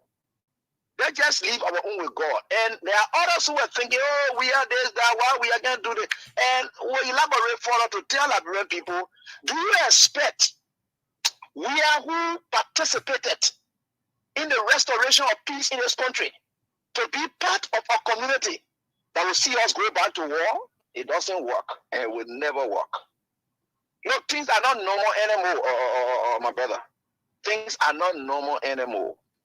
No matter what you do, you just have to live up to it because Baka and his team, they have decided to do what they are doing. The only good thing about it is that we are not going to bow to that. We are not going to bow to that. We'll keep speaking. We'll keep the talks, and we'll keep aligning. And people who want to go silent, let them go silent. It's up to them. Posterity will judge them on the basis of that. But you and myself, our level of work that we're doing, let us continue to do it and know the conditions under which people are being pressured into submission, which of course is not called for. But let us just understand it that way. You know, I like these points that you guys are raising all of the time, especially the kind of analysis you came up with today again concerning our guys going down there. Yeah, let them go there. Let's see what their moves will look like. And they said they want SYZ will come, will measure every step of the way that they take in line with those counts and the outline, and we'll see if they are flipping on them. We'll stress it too as well. But brother, if people want to get drowned with Baka, let them continue with Baka. There are a lot of people who will perish along with Baka. Baka is going to the grave. He's perishing. Look, a lot of people have already perished along with him politically. They can't make a comeback. And you can see some of them, they're fighting for survival, they're fighting for redemption. Well, those who want to continue to be buried with Baka, let them continue with him. Baka is done. The country is done democratically. Baka is done. We're just waiting maybe in 2029 to get back to constitutional democracy. Well, everything is done. There's nothing again. So let's just bear it because we know where we come from. And we can't allow ourselves to go right back to empower these who go there for them to be telling us, yeah, we can empower them again. Yeah, yeah. But man, look, let me tell you, my brother, the heart that Bwaka had, that he wanted to take the country back to war at all costs if he were not president. Now the same heart we are again. Because Bwaka cares less. Bwaka is down. Humanly, Bwaka is down. Integrity-wise, Bwaka is down. You know, in terms of, look, there's nothing, Bwaka is not up, Bwaka is down. So it's that you down fears no fall. So Bwaka is down, democratically, humanly, integrity-wise. Nothing sound, Bwaka is down. You think he fears any fall, but Weah is up. And because Weah is up, he fears fall. So, and that's why you see our country to where it is today. What do you see happening within the interval we have just a week to the State of the Nation address with those rule of law lawmakers? Well, what I've seen so far is prior to them going there, I'm aware of the game plan. I know exactly what is unfolding. I knew that they would have gone to session today to join the guys. I knew all of that. So it didn't come as a surprise. So we are seeing it. Except that in Liberia, you can't trust anything. And that is where I want to buy into your analysis and then not be too sure that they are going there for a purpose that will still see to it that the rule of law be maintained. So we are still watching to see what will happen. Today they went there. And I want you to take your time to observe, read through I was just reading through the Liberian Investigator. I think there's certain strange happenings at the book of Condolence signing of the list of Prince Johnson today, where the lawmakers left, and then they went by their business, something like that. I'm still trying to comprehend it and see what's happening. But still, I don't see unity, my brother. I don't still see unity, and I will not still see unity in the wake of all that's happening. And from what I'm sensing so far, but we can only wait and see. I don't want to be too quick to call, but I want to really get some level of understanding from them going forward. But with this, the Sona is coming, and one would say Bwaka has won, yes, because the Sona is coming. But let's watch on the Sona day what happens. Okay. Thank you so much for that insightful input, Abi. Yeah, you're most welcome. You're most welcome.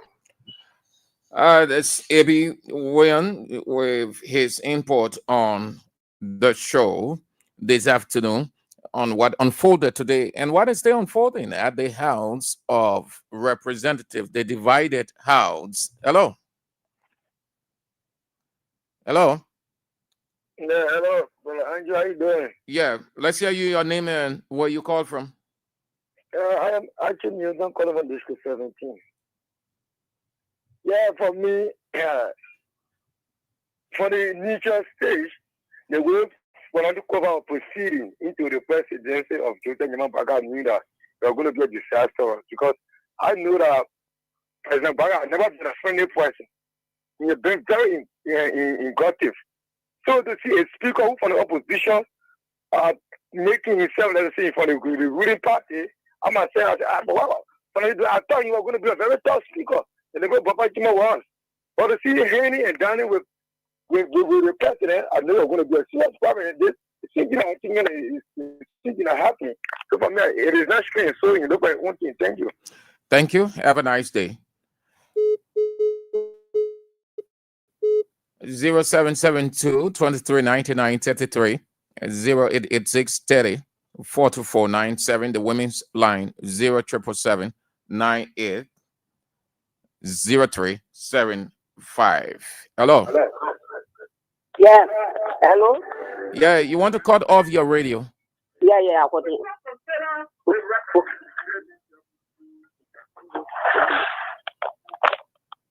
Hello, Papa. Yes. I'm sorry. Yeah. What I want to say, Famati fought her. I will understand it. Because some of our store, they were bullying him, and they're talking about Famati said you're all it. This is why they brought it. So if they stay on our front, if you want to sit down, let him sit down. It's not like that. It's not like that. So let him sit down. Okay. Yeah. Thank you. If they want him to sit down, let him sit down. You supposed to present. Thank you. That man. Hello. Good evening. Yes. Let's hear you. How Your are name you? and where you call from.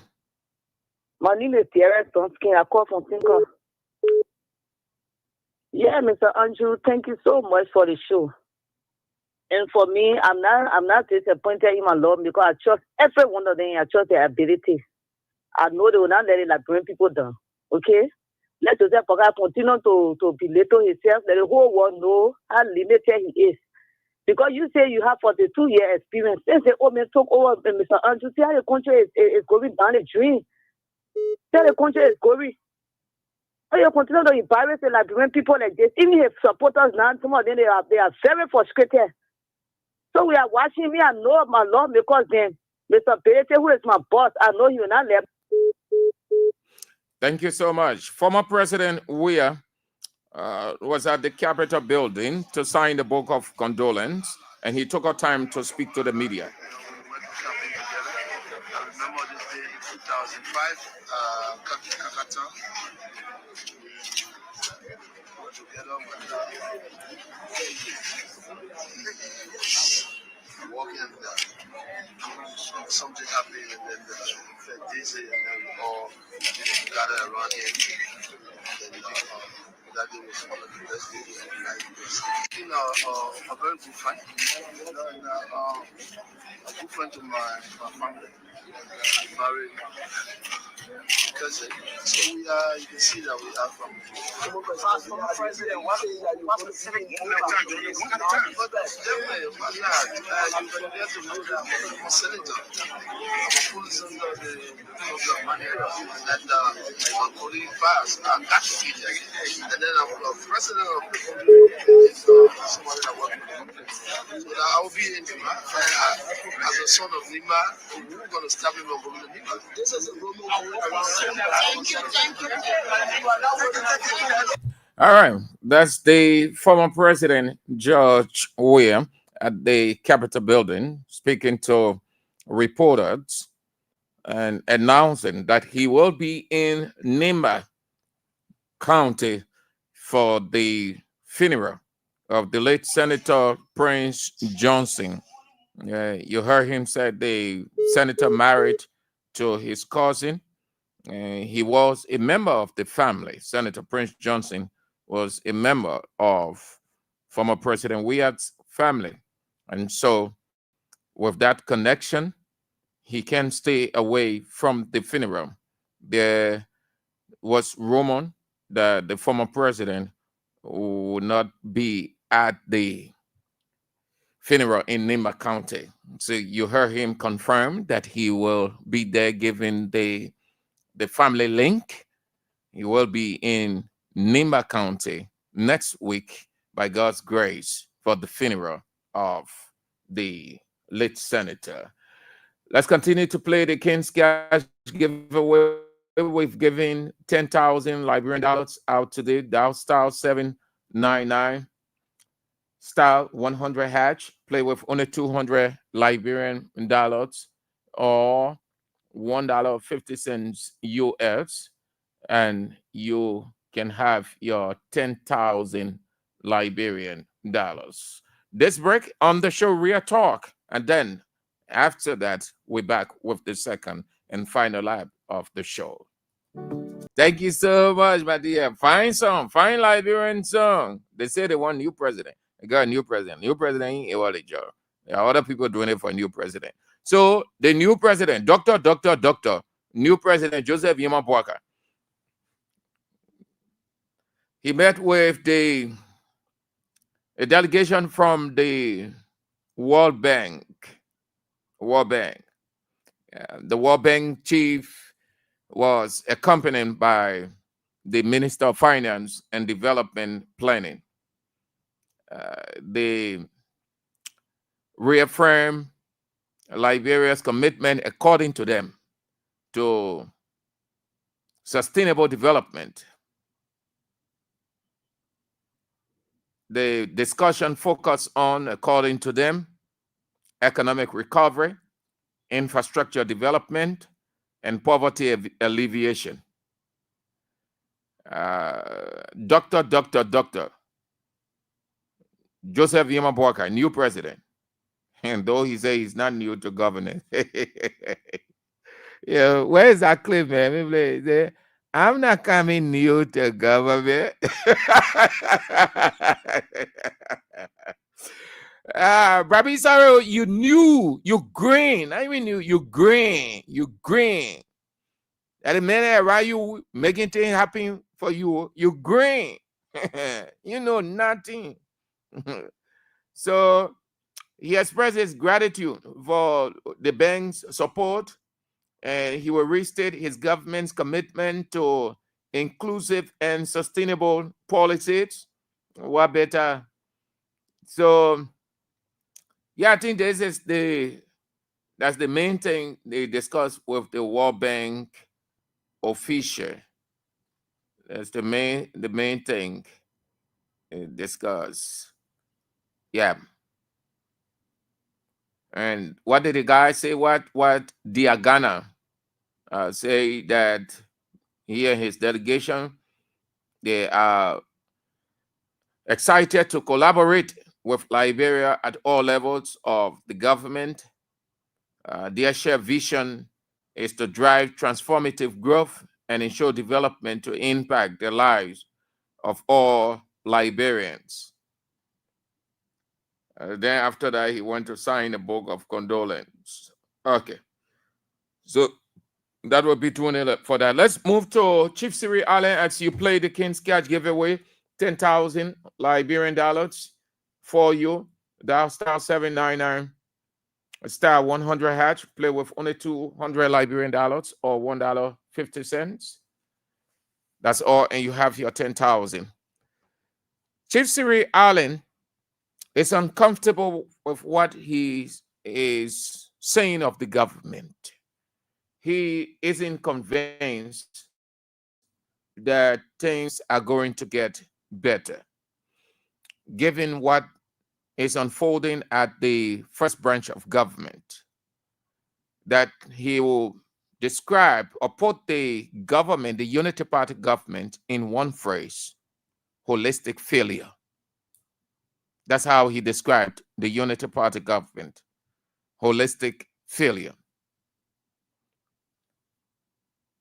He said, whether it is majority or minority bloc, the government has failed.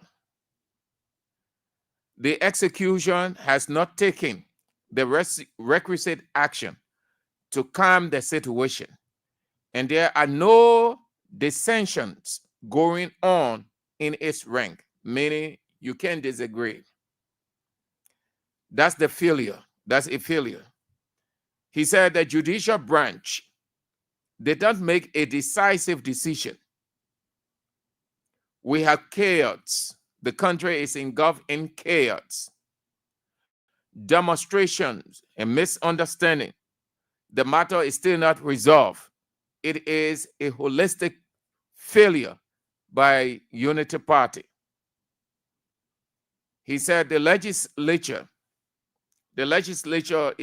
should be held responsible for prioritizing its interests over the welfare of the masses, allocating significant budgetary resources to themselves. He will accuse the executive of failing to utilize financial incentives to remove Speaker Kofa. A move, he said, it is wrong. The executive used money, according to Chief Siri Allen, President Emeritus, or Chairman Emeritus of the National Patriotic Party of Liberia. The executive, according to him, used money to remove Speaker Kofa. He said in the last 8 months, there is a flagrant disregard for the rule of law in Liberia, that he has always told people that he is too old to tell a lie and too old to die. And he's not afraid to die. According to him, he made that very clear in his interviews that he had to conform to the rule of law. He went further to say there are things that must happen in Liberia, and the president must take charge of that he is the leader. For them, referring to himself now, or Liberians, for them to take national money out of the executive for the legislature to use it to remove their leadership is undermining and eroding the base of the leadership of the country. Again, he said it is a holistic failure by Unity Party government. Chief Siri Allen. Oh, yeah? But nothing trailed those guys to do what they did but money. Nothing. They weren't trailed by anything. They can, from the first day, prove a single of the many claims they brought against the speaker.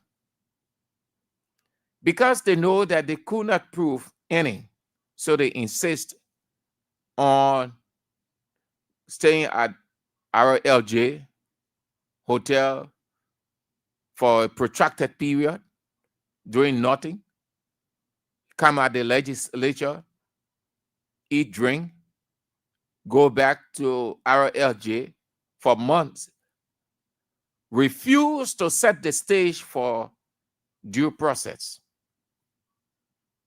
But when CDC flushed out the deputy speaker, he had the guts to say he wasn't giving due process.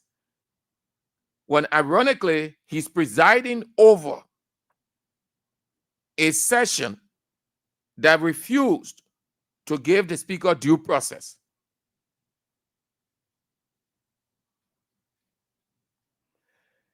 They refused to give Speaker Kopa due process because they could not. On the floor, they were not going to prove anything. Everything would have changed. The guy, they knew. And with time, it will be too shameful for some of those people. But we're talking about the legislature, so it can dominate the show.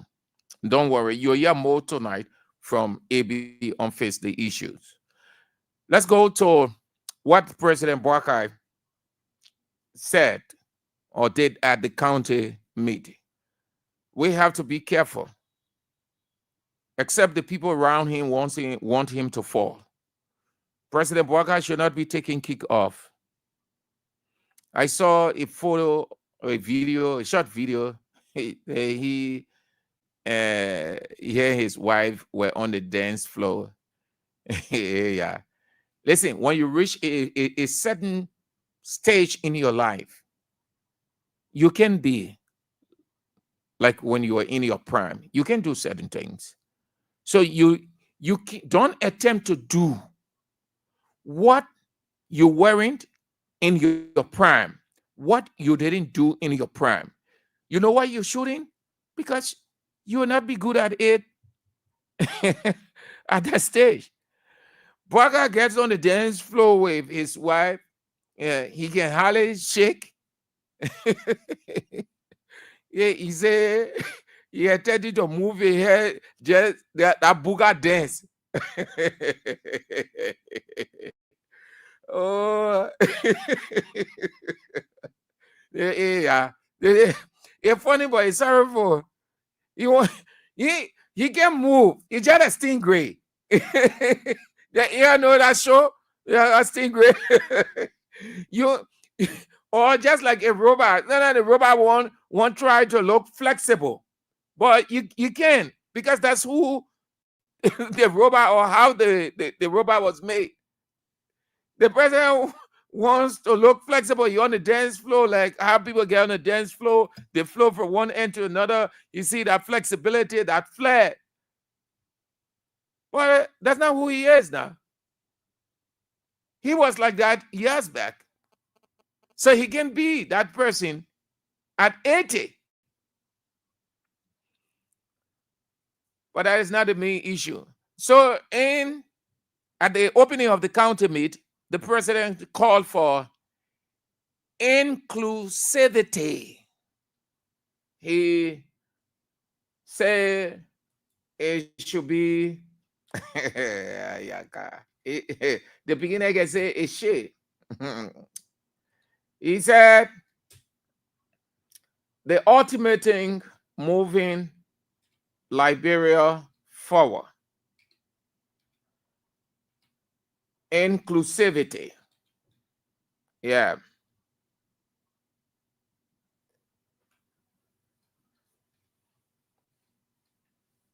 So it is simply, that's the word he used. That's the word he used.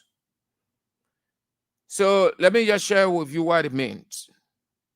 It is simply the practice or policy of providing equal access to opportunities and resources for people who might otherwise be excluded or marginalized. That's what it is all about. So you bring them in. But what do you see? The president is an irony of his very word, inclusivity. In fact, he is the mastermind and good executor of exclusion.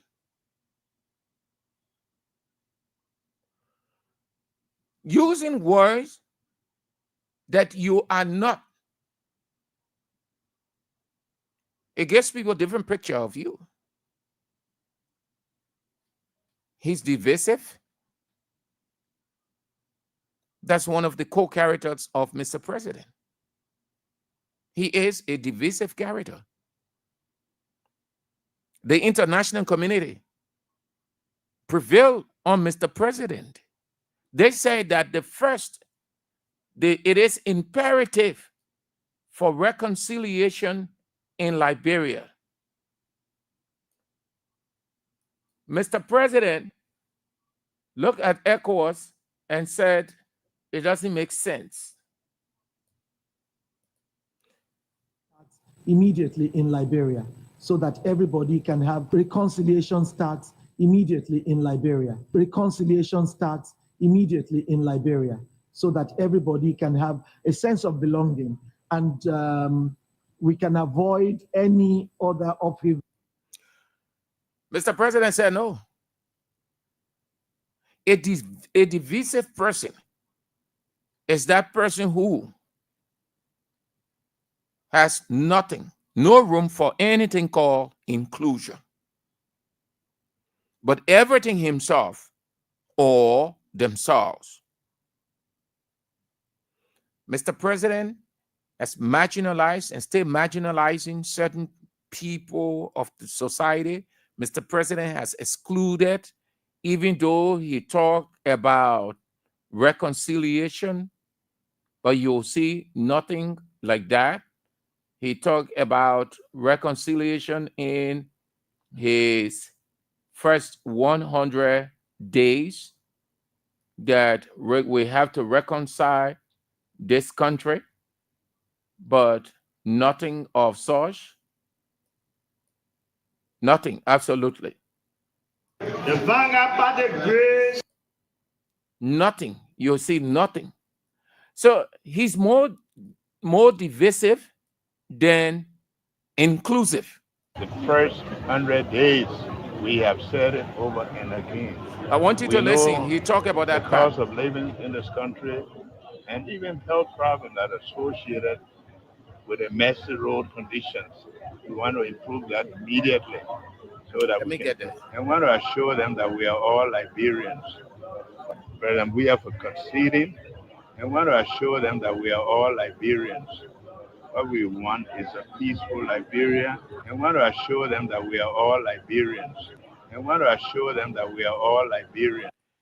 Do you see that Liberianness in Mr. President? No. It's the opposite, you see, division. Saying it is one thing, Doing it is another. It is when you can do, when you can create the atmosphere for inclusion. One of the core characteristics of a good leader is inclusion. It's bringing people together, irrespective of who they are, whether they're from CDC, Unity Party, MPC, ANC. They got the expertise. They look at it from a nationalistic perspective. That is why when we took over, he said, no, we have to allow inclusivity to play a part in here.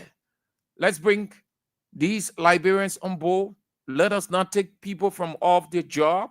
Let's see how we can get everybody on the table, because we are all Liberians. Everybody expertise is needed. When we can get everybody on board, then we are a country. And when we talk about reconciliation now, they will be able to form a part to listen to us. That's what inclusivity is.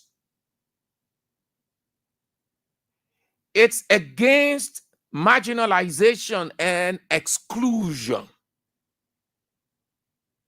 When people are excluded, when they are avoided, when you think they should not be a part of your terrain, when you think they should not serve in your government, even though they are Liberians and qualified Liberians, but the fact that they aren't from our party, so they should not serve in the government, then it is exclusion and marginalization.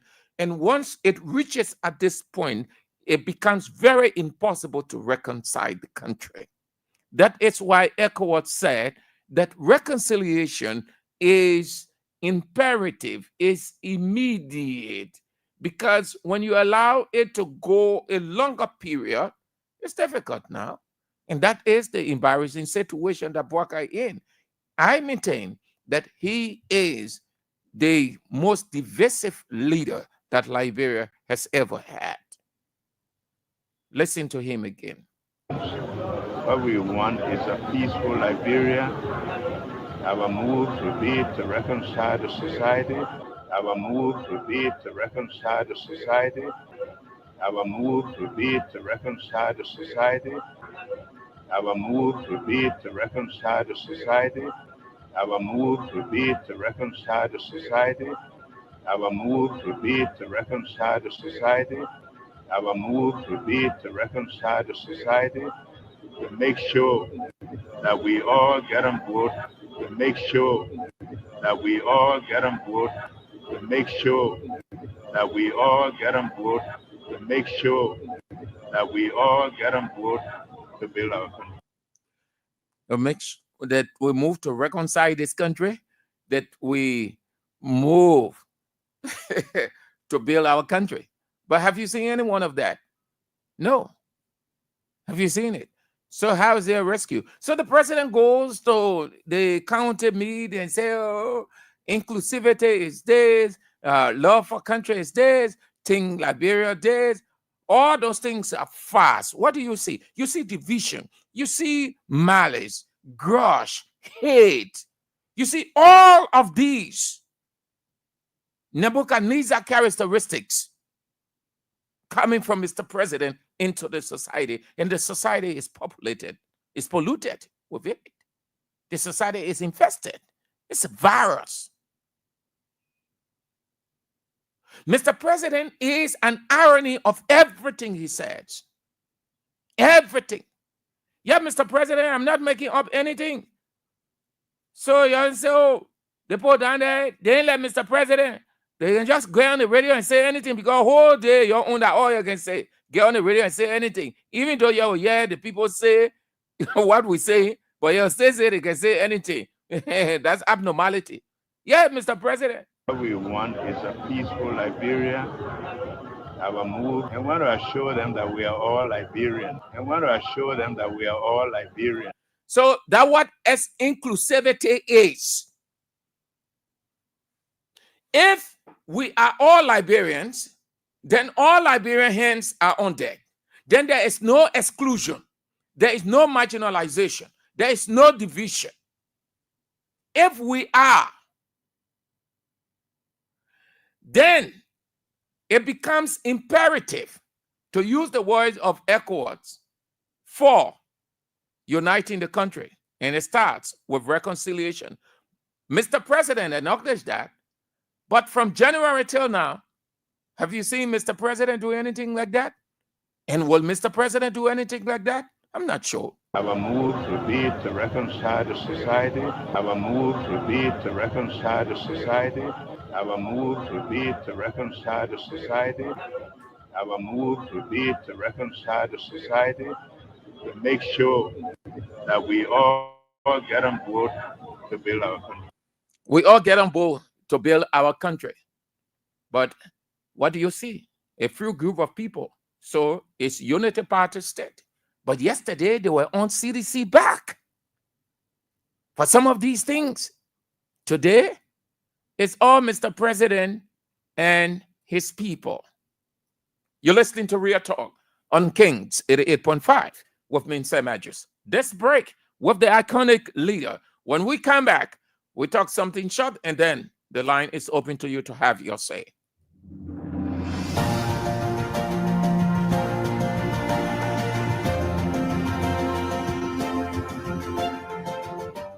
His Excellency, George Weah, President of Liberia. Our board noted that His Excellency's victory as the African Political Leader of the Year 2023 is a testament to his contributions to promoting peace, African culture and development, youth and sports development, and advancing Africa's agenda globally. It is also a recognition of his critical role in the infrastructural and socio-economic development of his country as well as his people-friendly policies. He has continued to advocate for peace and free and fair elections in the ECOWAS sub-region, and this was demonstrated by a show of statesmanship and iconic posturing by accepting electoral loss and congratulating the winner. While he arguably had options as a sitting president, he chose the path of honor, peace, and the defense of democracy. His emergence reaffirms our position that he has remained one of the continent's leading light, as he had continued to demonstrate great faith in the African project, promoting African dignity and helping to change the negative narratives about the continent.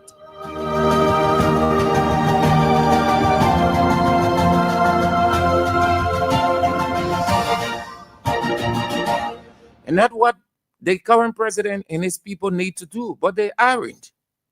The negative narrative of the government and the country is so strong, and people are not only discouraged, but those out of the country too.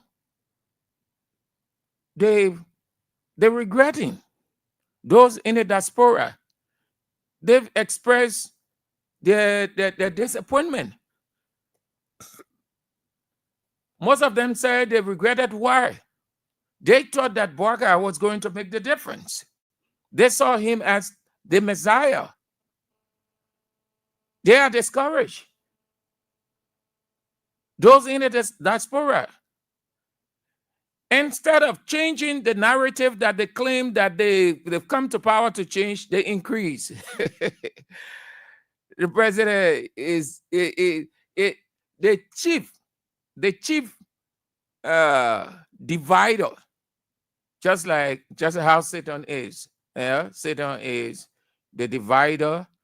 Yeah, that's his core character. Satan doesn't like anything unity. He doesn't like reconciliation. No, not at all. If you see anybody with that character, it's satanic. It's not normal. Anybody who will marginalize, exclude, that's a core characteristic of Mr. Satan. So he went to the counter meet. That's what he said. And this counter meet, they use this counter meet to say for reconciliation. I do not know how the counter meet is reconciling Liberians. No, I have not seen any difference. The counter meet, I think, is just a play ground, just for people to mingle, amuse themselves. But Andy Kwame said it. Andy Kwame said years back, Andy Kwame said the counter meet is purely political. No reason why the counter meet will look that way. You can't get good talent. It's not for scouting players for the national team. You really don't enjoy the kind of football because you don't see system in place. I can see why, because Andy Kwame said it. He said, yeah, the county meet is a political stuff. It's not a tender league like you have the LFA league, you have other leagues, competition around the world that the scout talent, they just increase the standard of it. Mhm. Okay, so that will be doing it. Let's take few calls.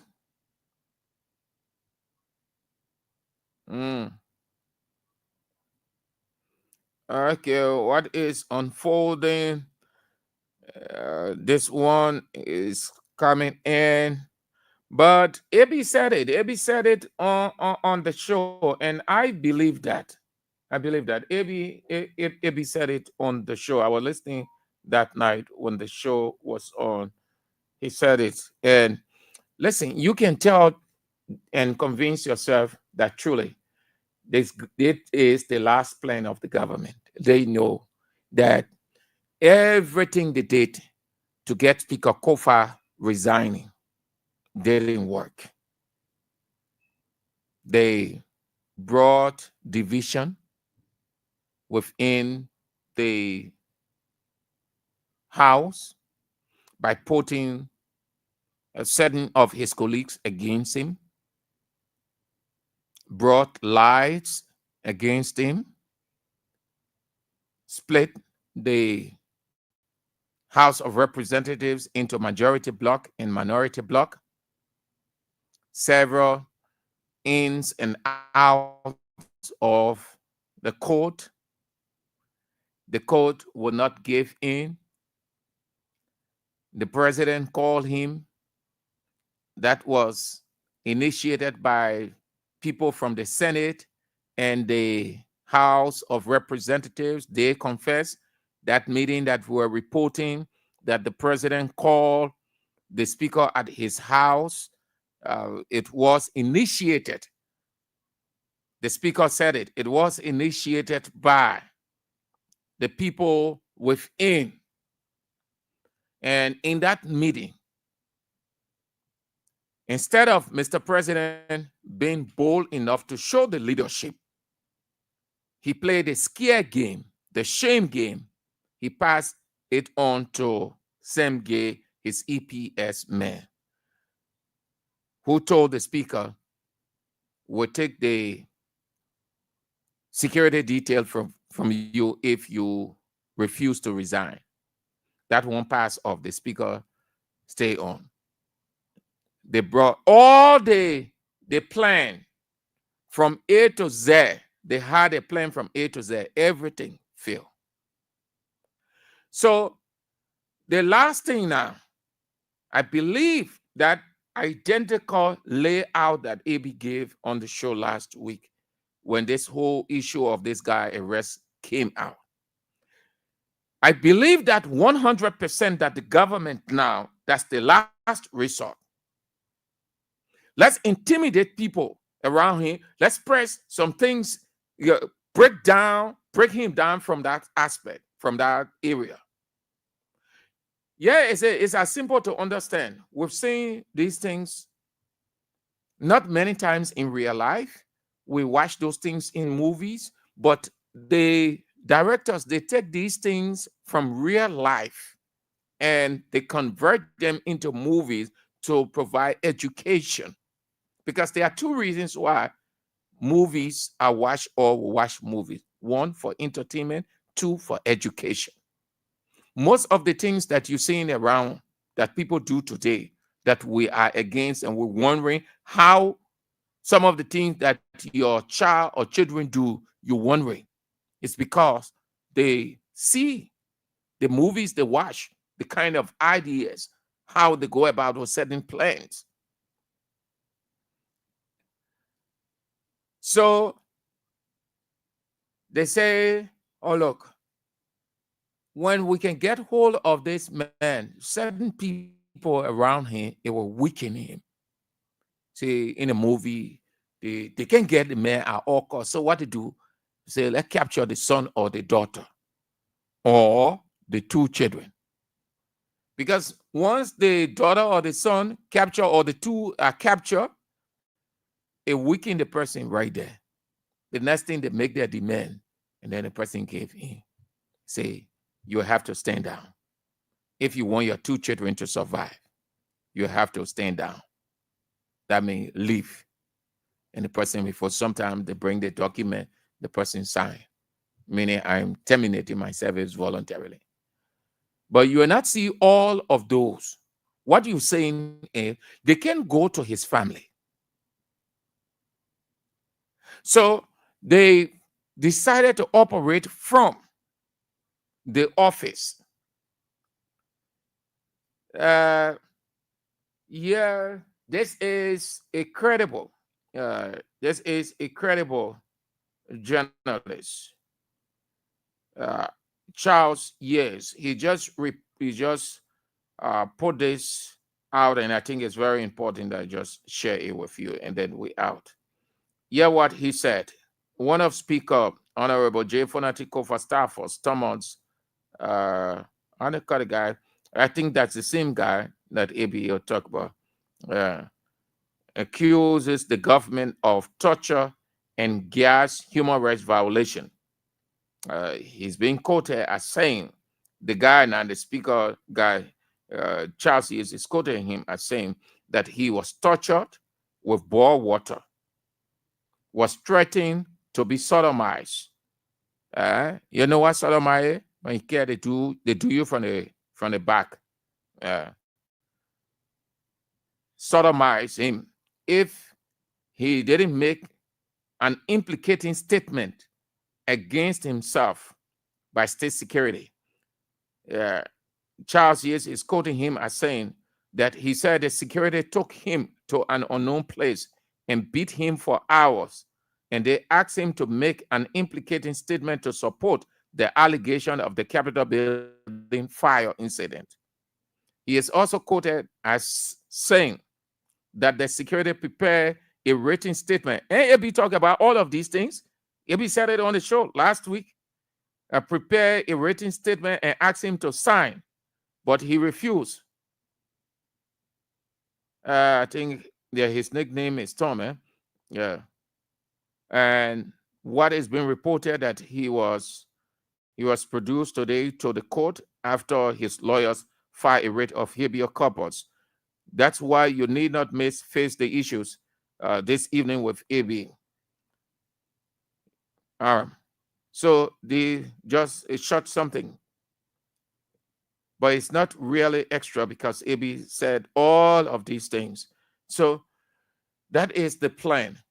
Torture people around him so that he will give him, since he's stiff-necked, he doesn't want to resign, move. The plan here is when they get to the family, they can get to the family, because when they start going that way now, then that's something different. Yeah. So they just stick it around his office.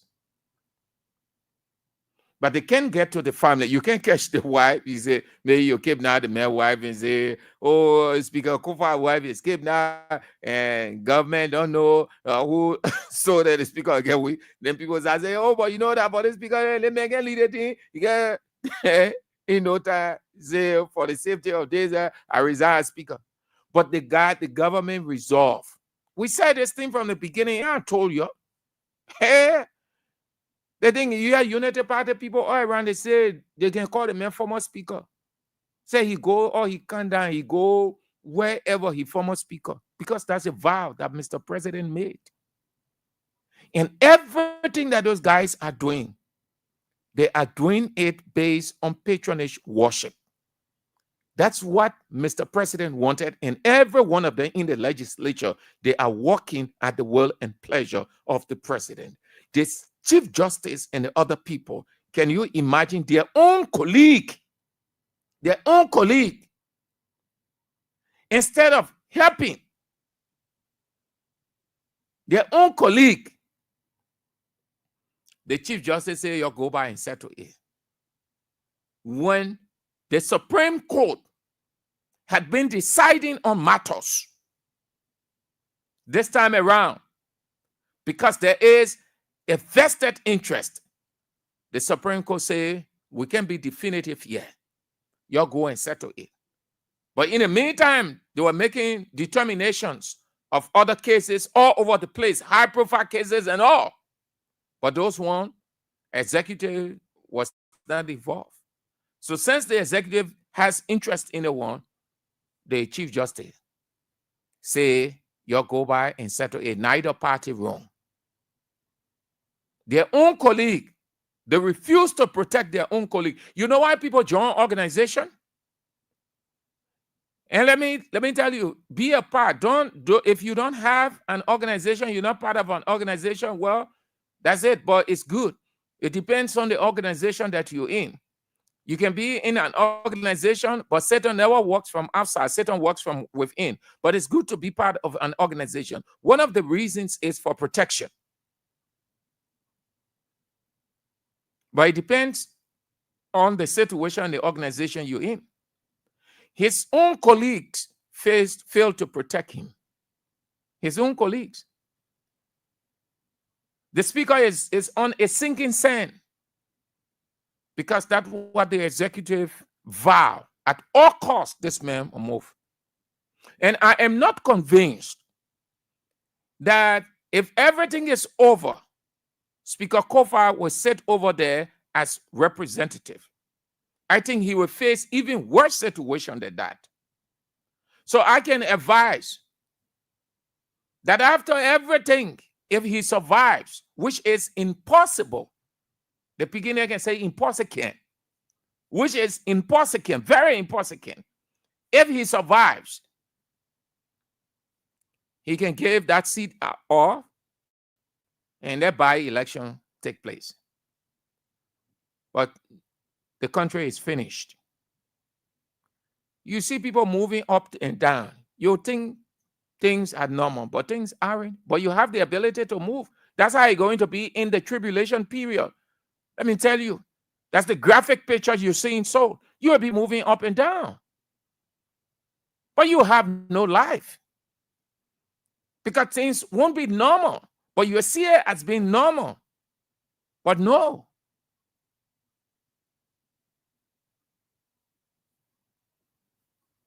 I believe this. Ebi said it. Ebi explained. Ebi gave a graphic picture of what they've resorted to doing now. The last plan is, let's intimidate this man from his office. Let's call in some people. Didn't Ebi say it was the man turning? He said, they didn't go for the man. In no time, the man disappeared. The other person say, police say, we know. NSA say, they can't get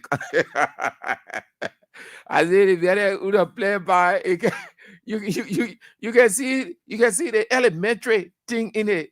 They know how to carry out to execute covert operation. Yeah. Let's see. Everything over with the speaker, yeah? Everything over. But let's say his 21 guys, 28 guys, what do we do? But I'm not convinced that the speaker can do anything extra. So like Ebi said on the show this afternoon, let's see between now and the SONA, what's going to happen. So there where our focus is. But I'm not convinced that he can make a comeback. I'm not convinced that he can turn setback into comeback. No, he lost the warfare. But he did not lose the warfare because he's weak. He did not lose the warfare because he gave in. He did not lose the warfare because he did not have the arsenal or the weapons. He did not lose the warfare because he is a weakling. No, he lost the warfare as the hero. The hero. A man that will go down in history. In fact, he's already gone down in history as the hero, a stand-up hero against injustices, against breaking the rules, the laws of the country, looking in the face of Nebuchadnezzar like the three Hebrew brothers and say, I will not bow down. I will not kowtow in your war. Just as the three Hebrew brothers refused, they look in Nebuchadnezzar's face and said, no matter how you're powerful, no matter what you're doing and how you're doing with things around here and with people, no matter your intimidation and harassment, we will not bow to you. The speaker may not say the same in words, but he has said and stays saying it by his action, just like the three Hebrew brothers. Joe Walker, you are the president. Whatever you do, whichever way you do it, I would never, ever give in to your plan. I would never kowtow in your power. The speaker is the hero in this. You think that he lost the battle, but he lost it with honor. Gracious in defeat. And God is on his side. God is hovering him as well as his family and his wife. God is not stupid. Neither is God of any and everything we do on earth. God sees us individually. He knows our heart individually. And he tells us that we must be careful what we do to our colleague, because the time will come the same. It may not be the same magnitude, but you will receive yours. And that is why when you do something to somebody and everybody around seeing it and condemn it, when your time comes, when it's happening to you, they celebrate and then you get vexed. Why? But you will not realize that you did it to the next person. The hero in this thing is the speaker. The guys can go on, they enjoy their money, their power, and everything. It's up to them. But God has a way of punishing. And you see the fires all over the place. Everywhere you turn in the country, the fire. You know what that means? You know what that means? That is impending judgment, a doom. Something is hovering this country. You sit down, you continue to rejoice because you have the power, you have the money, it's your party, so you're just excited. Nowhere, no time in the history of this country this has ever happened. It is unprecedented. It's a bad omen hovering in Liberia. Be careful. Thank you all. That's all the time we've got to be on the show. The news is on at 6 o'clock. Join us if you can. And then at 8 this evening, AB is on. You're going to hear more. Don't miss the show at 8. Thank you ever so much. We're back tomorrow, if God permits. My name is Sam Andrews. This is how we must go home. Shalom.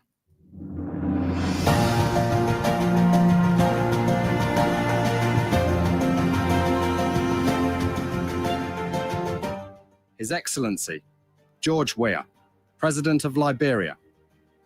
Our board noted that His Excellency's victory as the African Political Leader of the Year 2023 is a testament to his contributions to promoting peace, African culture and development, youth and sports development, and advancing Africa's agenda globally. It is also a recognition of his critical role in the infrastructural and socio-economic development of his country as well as his people-friendly policies.